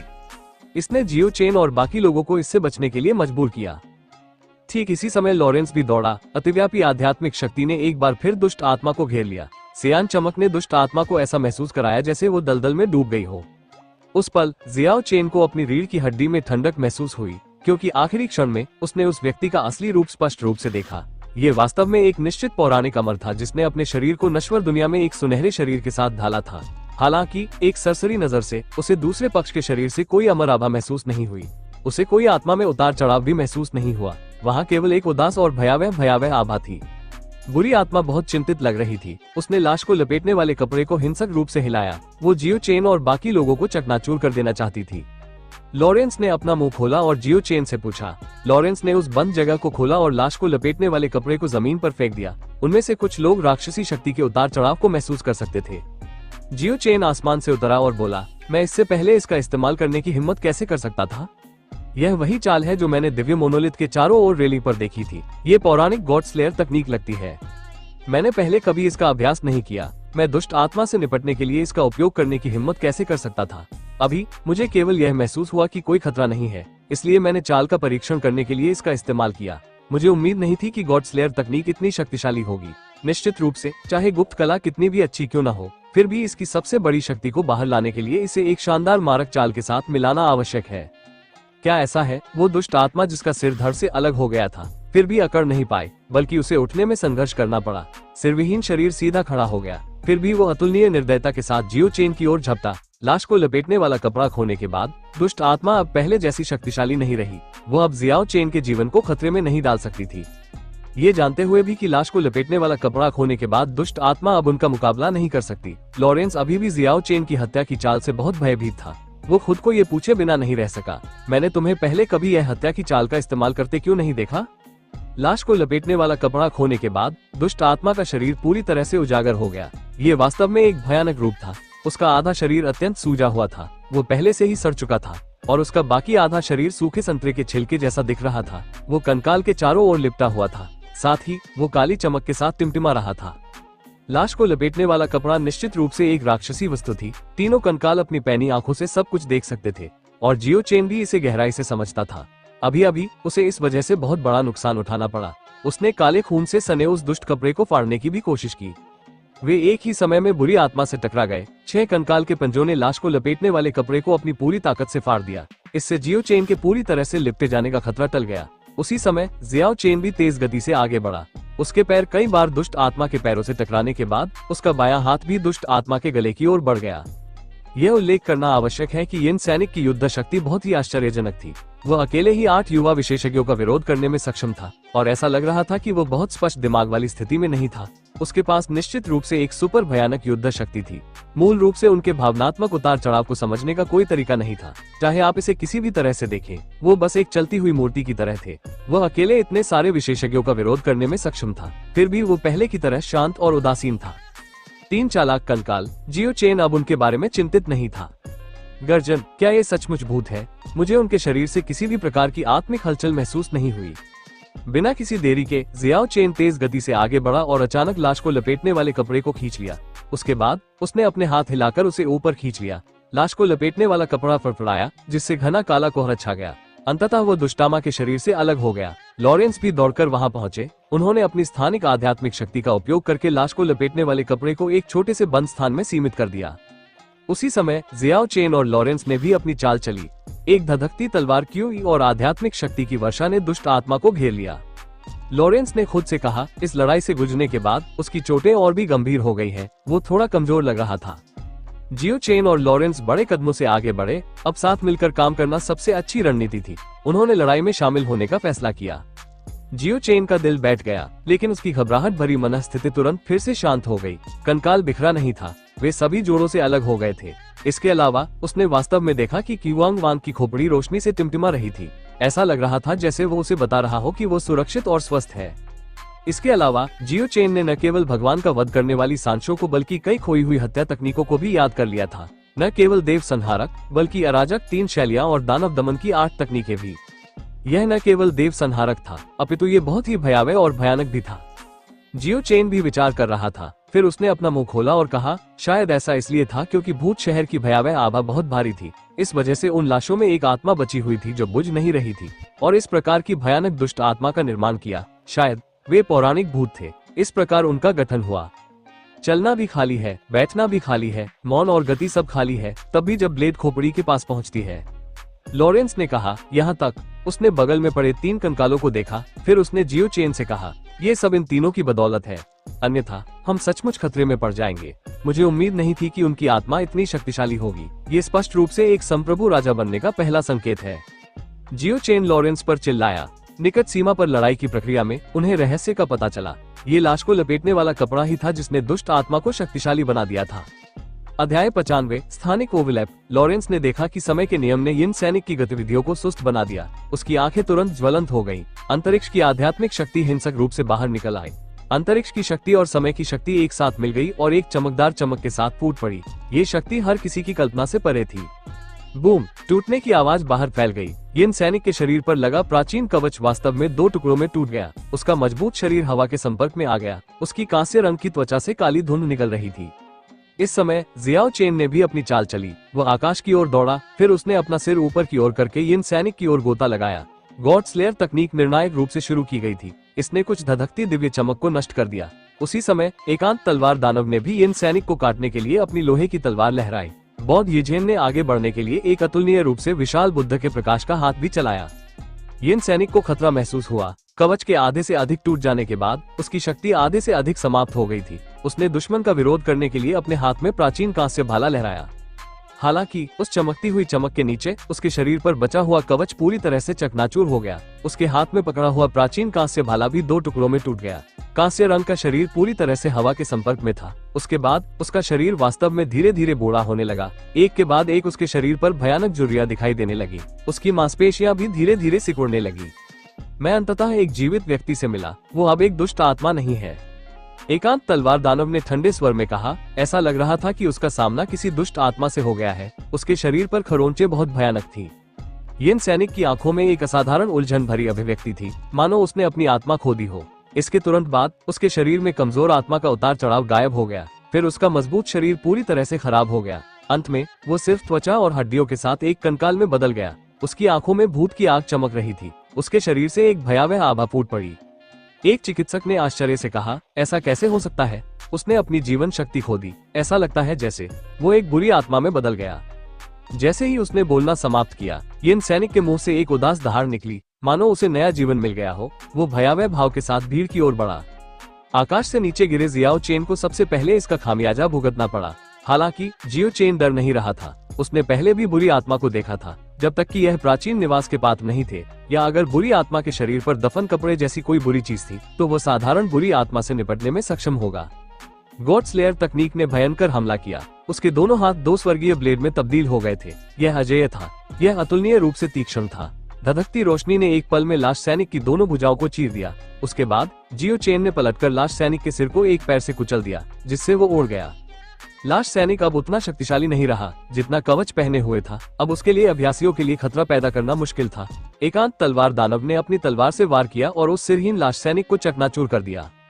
युद्ध ऐसे ही समाप्त हो गया। वास्तविक युद्ध से सभी को समझ आ गया, अगर वो यिन सैनिकों को मारना चाहता था तो उसे उनके कवच तोड़ने होंगे, अन्यथा वो उन्हें हरा नहीं पाएगा। दृश्य शांत था और सभी के चेहरे पर बदसूरत भाव थे। आखिरकार वे अपनी संयुक्त शक्ति से केवल एक यिन सैनिक को मारने में कामयाब रहे थे। जब वे पहली बार भूतहा शहर में दाखिल हुए तो उन्होंने सैकड़ों यिन सैनिकों और दिव्य सैनिकों को देखा। यदि ये सभी लोग उन पर हमला कर दे तो परिणाम अकल्पनीय होंगे। समय समय पर प्रकट होने वाली बुरी आत्माओं का तो जिक्र ही न करें। वहाँ और भी अधिक भयानक विशालकाय दुष्ट आत्माएं थी। उनकी स्थिति बहुत ही खतरनाक थी। आखिरकार भूत शहर में बहुत सारे क्रूर जीव थे। यिन सैनिक सबसे भयानक खतरा नहीं थे, बल्कि कई अज्ञात क्रूर जीव थे जिनसे वे सबसे ज्यादा डरते थे। ऐसा क्यों है कि यिन सैनिकों के पास जीवन होता है, लेकिन जैसे ही कवच उनके शरीर से अलग हो जाता है वे तुरंत मर जाते हैं और बुरी आत्माओं में बदल जाते हैं? एक चिकित्सक ने ये सवाल उठाया। यही कारण था कि सभी लोग हैरान थे। मैं कह सकता हूँ कि यह प्राचीन शहर अनगिनत वर्षों से अस्तित्व में है और उन यिन सैनिकों ने भी संभवतः अनगिनत वर्षों का अनुभव किया होगा। वे अभी तक नहीं मरे हैं। इसका कारण उन कवचों का होना चाहिए जो उनके शरीर को उस अवस्था में बनाए रखने में मदद करते हैं जिसमें वे उस समय थे। किसी ने इस तरह का अनुमान लगाया। हालांकि यह सही नहीं हो सकता है, लेकिन ये कुछ हद तक उचित था। इसने कुछ लोगों को सोचने पर मजबूर कर दिया। क्या उन्हें यिन सैनिक के कवच का एक सेट छीन लेना चाहिए, या शायद उन्हें सीधे जमीन पर प्राचीन कवच के टुकड़े इकट्ठा करने चाहिए? हालांकि इससे पहले कि सभी कुछ सोच पाते, धरती अचानक गड़गड़ाहट की आवाज के साथ हिंसक रूप से कांपने लगी। ठंडी हवा का झोंका आया, आसपास की इमारतें हिलने लगी। एक भयंकर शैतानी आभा हिंसक रूप से उभरी। एक उदास दहाड़ एक दबी हुई गड़गड़ाहट की तरह गूंजी, जिसने सभी की आत्मा को कांपने पर मजबूर कर दिया। बिना किसी हिचकिचाहट के युवा साधक एक गली में पहुंचे और जल्दी से इस प्राचीन सड़क से हट गए। जैसे ही वे उस क्षेत्र से बाहर निकले, उन्हें लगा कि एक बहुत बड़ा राक्षस उस क्षेत्र से भाग रहा है। वो क्षेत्र हिंसक रूप से हिलने लगा। ऐसा लगा जैसे भूकंप आ गया हो। ये यिन सैनिकों से कहीं अधिक शक्तिशाली है और कौन जानता है कि कितने भयानक राक्षस है।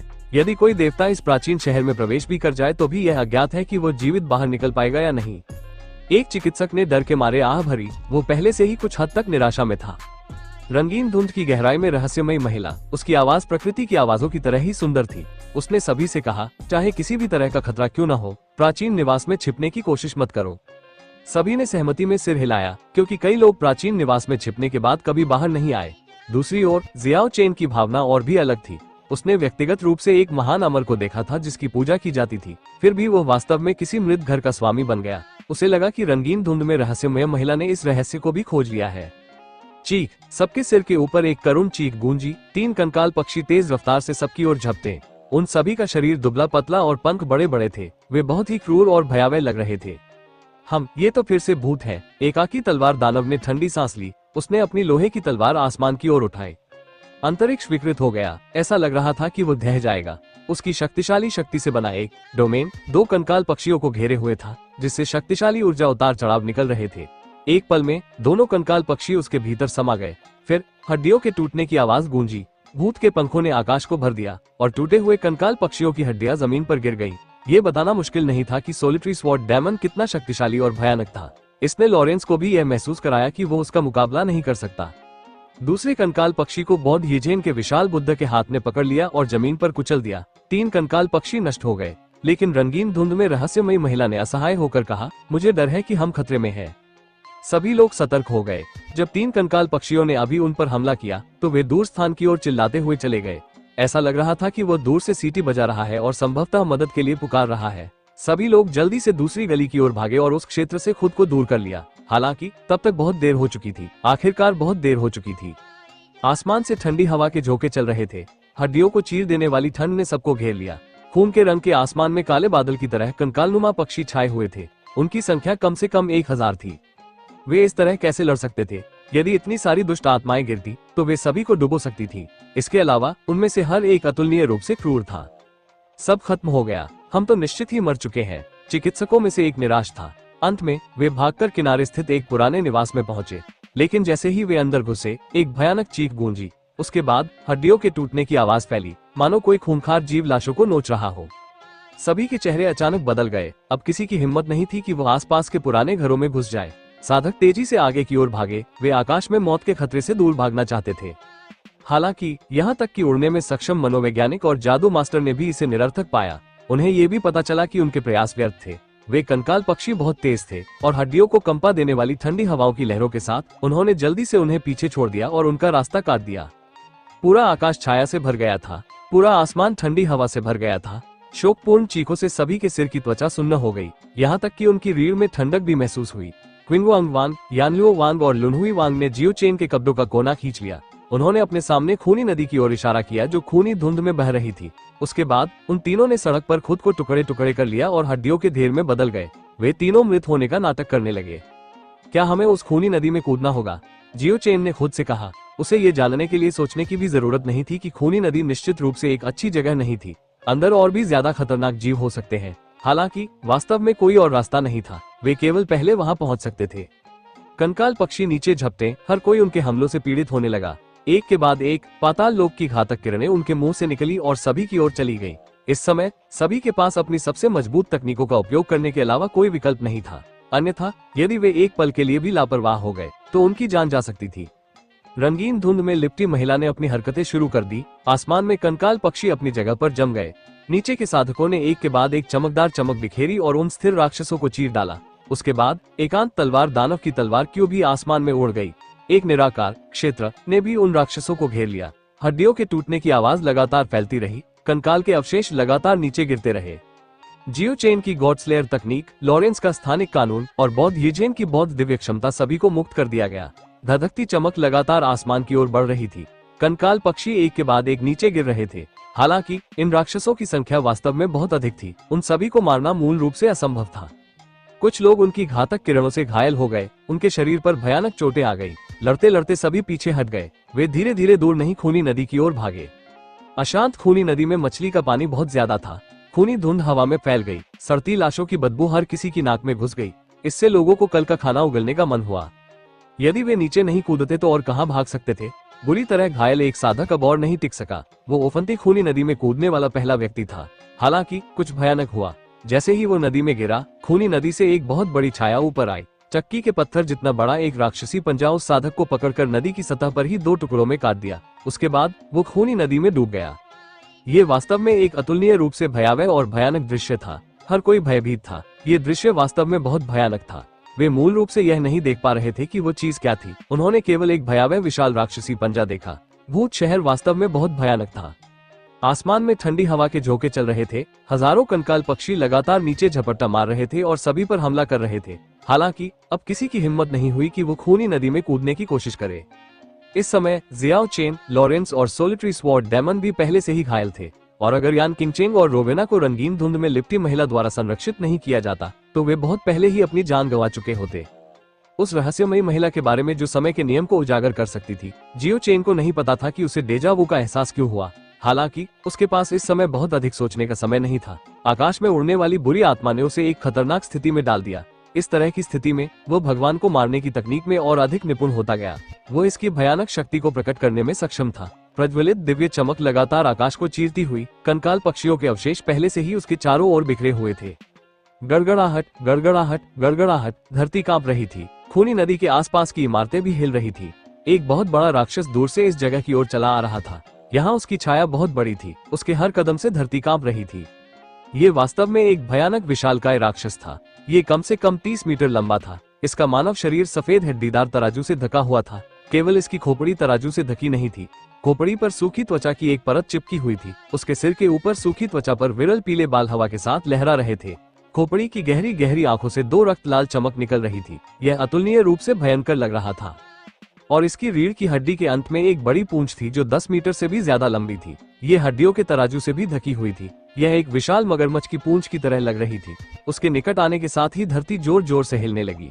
शैतानी आभा ने आकाश और पृथ्वी को ढक लिया। आसपास के कुछ कंकाल पक्षी चौंक गए और आकाश की ओर उड़ गए। जियो चेन और अन्य लोगों के लिए ये वास्तव में ऐसा मामला था जैसे जब बारिश होती है तो जमकर होती है। हजारों कंकाल पक्षियों ने उन्हें पहले ही निराशाजनक स्थिति में डाल दिया था। अब जब इतनी बड़ी दुष्ट आत्मा उन पर चल रही थी तो उनके पास बचने का कोई रास्ता नहीं था। भाड़ में जाओ। घमंडी एकांत तलवार दानव को शाप देने से रोका नहीं जा सका क्योंकि उसके दिल में डर की भावना महसूस हुई। उसे लगा कि मौत करीब आ रही है। ऐसा लग रहा था कि अब बचने का कोई रास्ता नहीं है। मर गए, हम अब और नहीं जी सकते। किसी ने पहले ही आह भर दी है। सचमुच इस तरह की स्थिति में लोगों को सचमुच निराशा होती है। लगातार नीचे झपट्टा मार रहे कंकाल पक्षियों को मारते हुए जियो चेन अभी भी शांति से सब कुछ पर ध्यान दे रहा था। मौत का सामना करते हुए उसे कोई डर नहीं लगा। उसे बस थोड़ा अफसोस हुआ कि वो अमर की मुख्य भूमि की यात्रा नहीं कर सका। क्या वे प्राचीन शहर में इस तरह मरने वाले थे? वह कमोबेश थोड़ा अफसोस और निराशा महसूस कर रहा था। धरती जोर जोर से हिल रही थी। 30 मीटर लंबा राक्षस पहले से ही चल रहा था। जमीन पर एक बड़ी छाया बनी हुई थी। वो भयावह भाव लिए हुए था और सबको रौंदता हुआ आगे बढ़ रहा था। गर्जन! अचानक एक ड्रैगन की दहाड़ से आकाश हिल गया। एक चमकदार सुनहरी चमक आकाश में चमक उठी।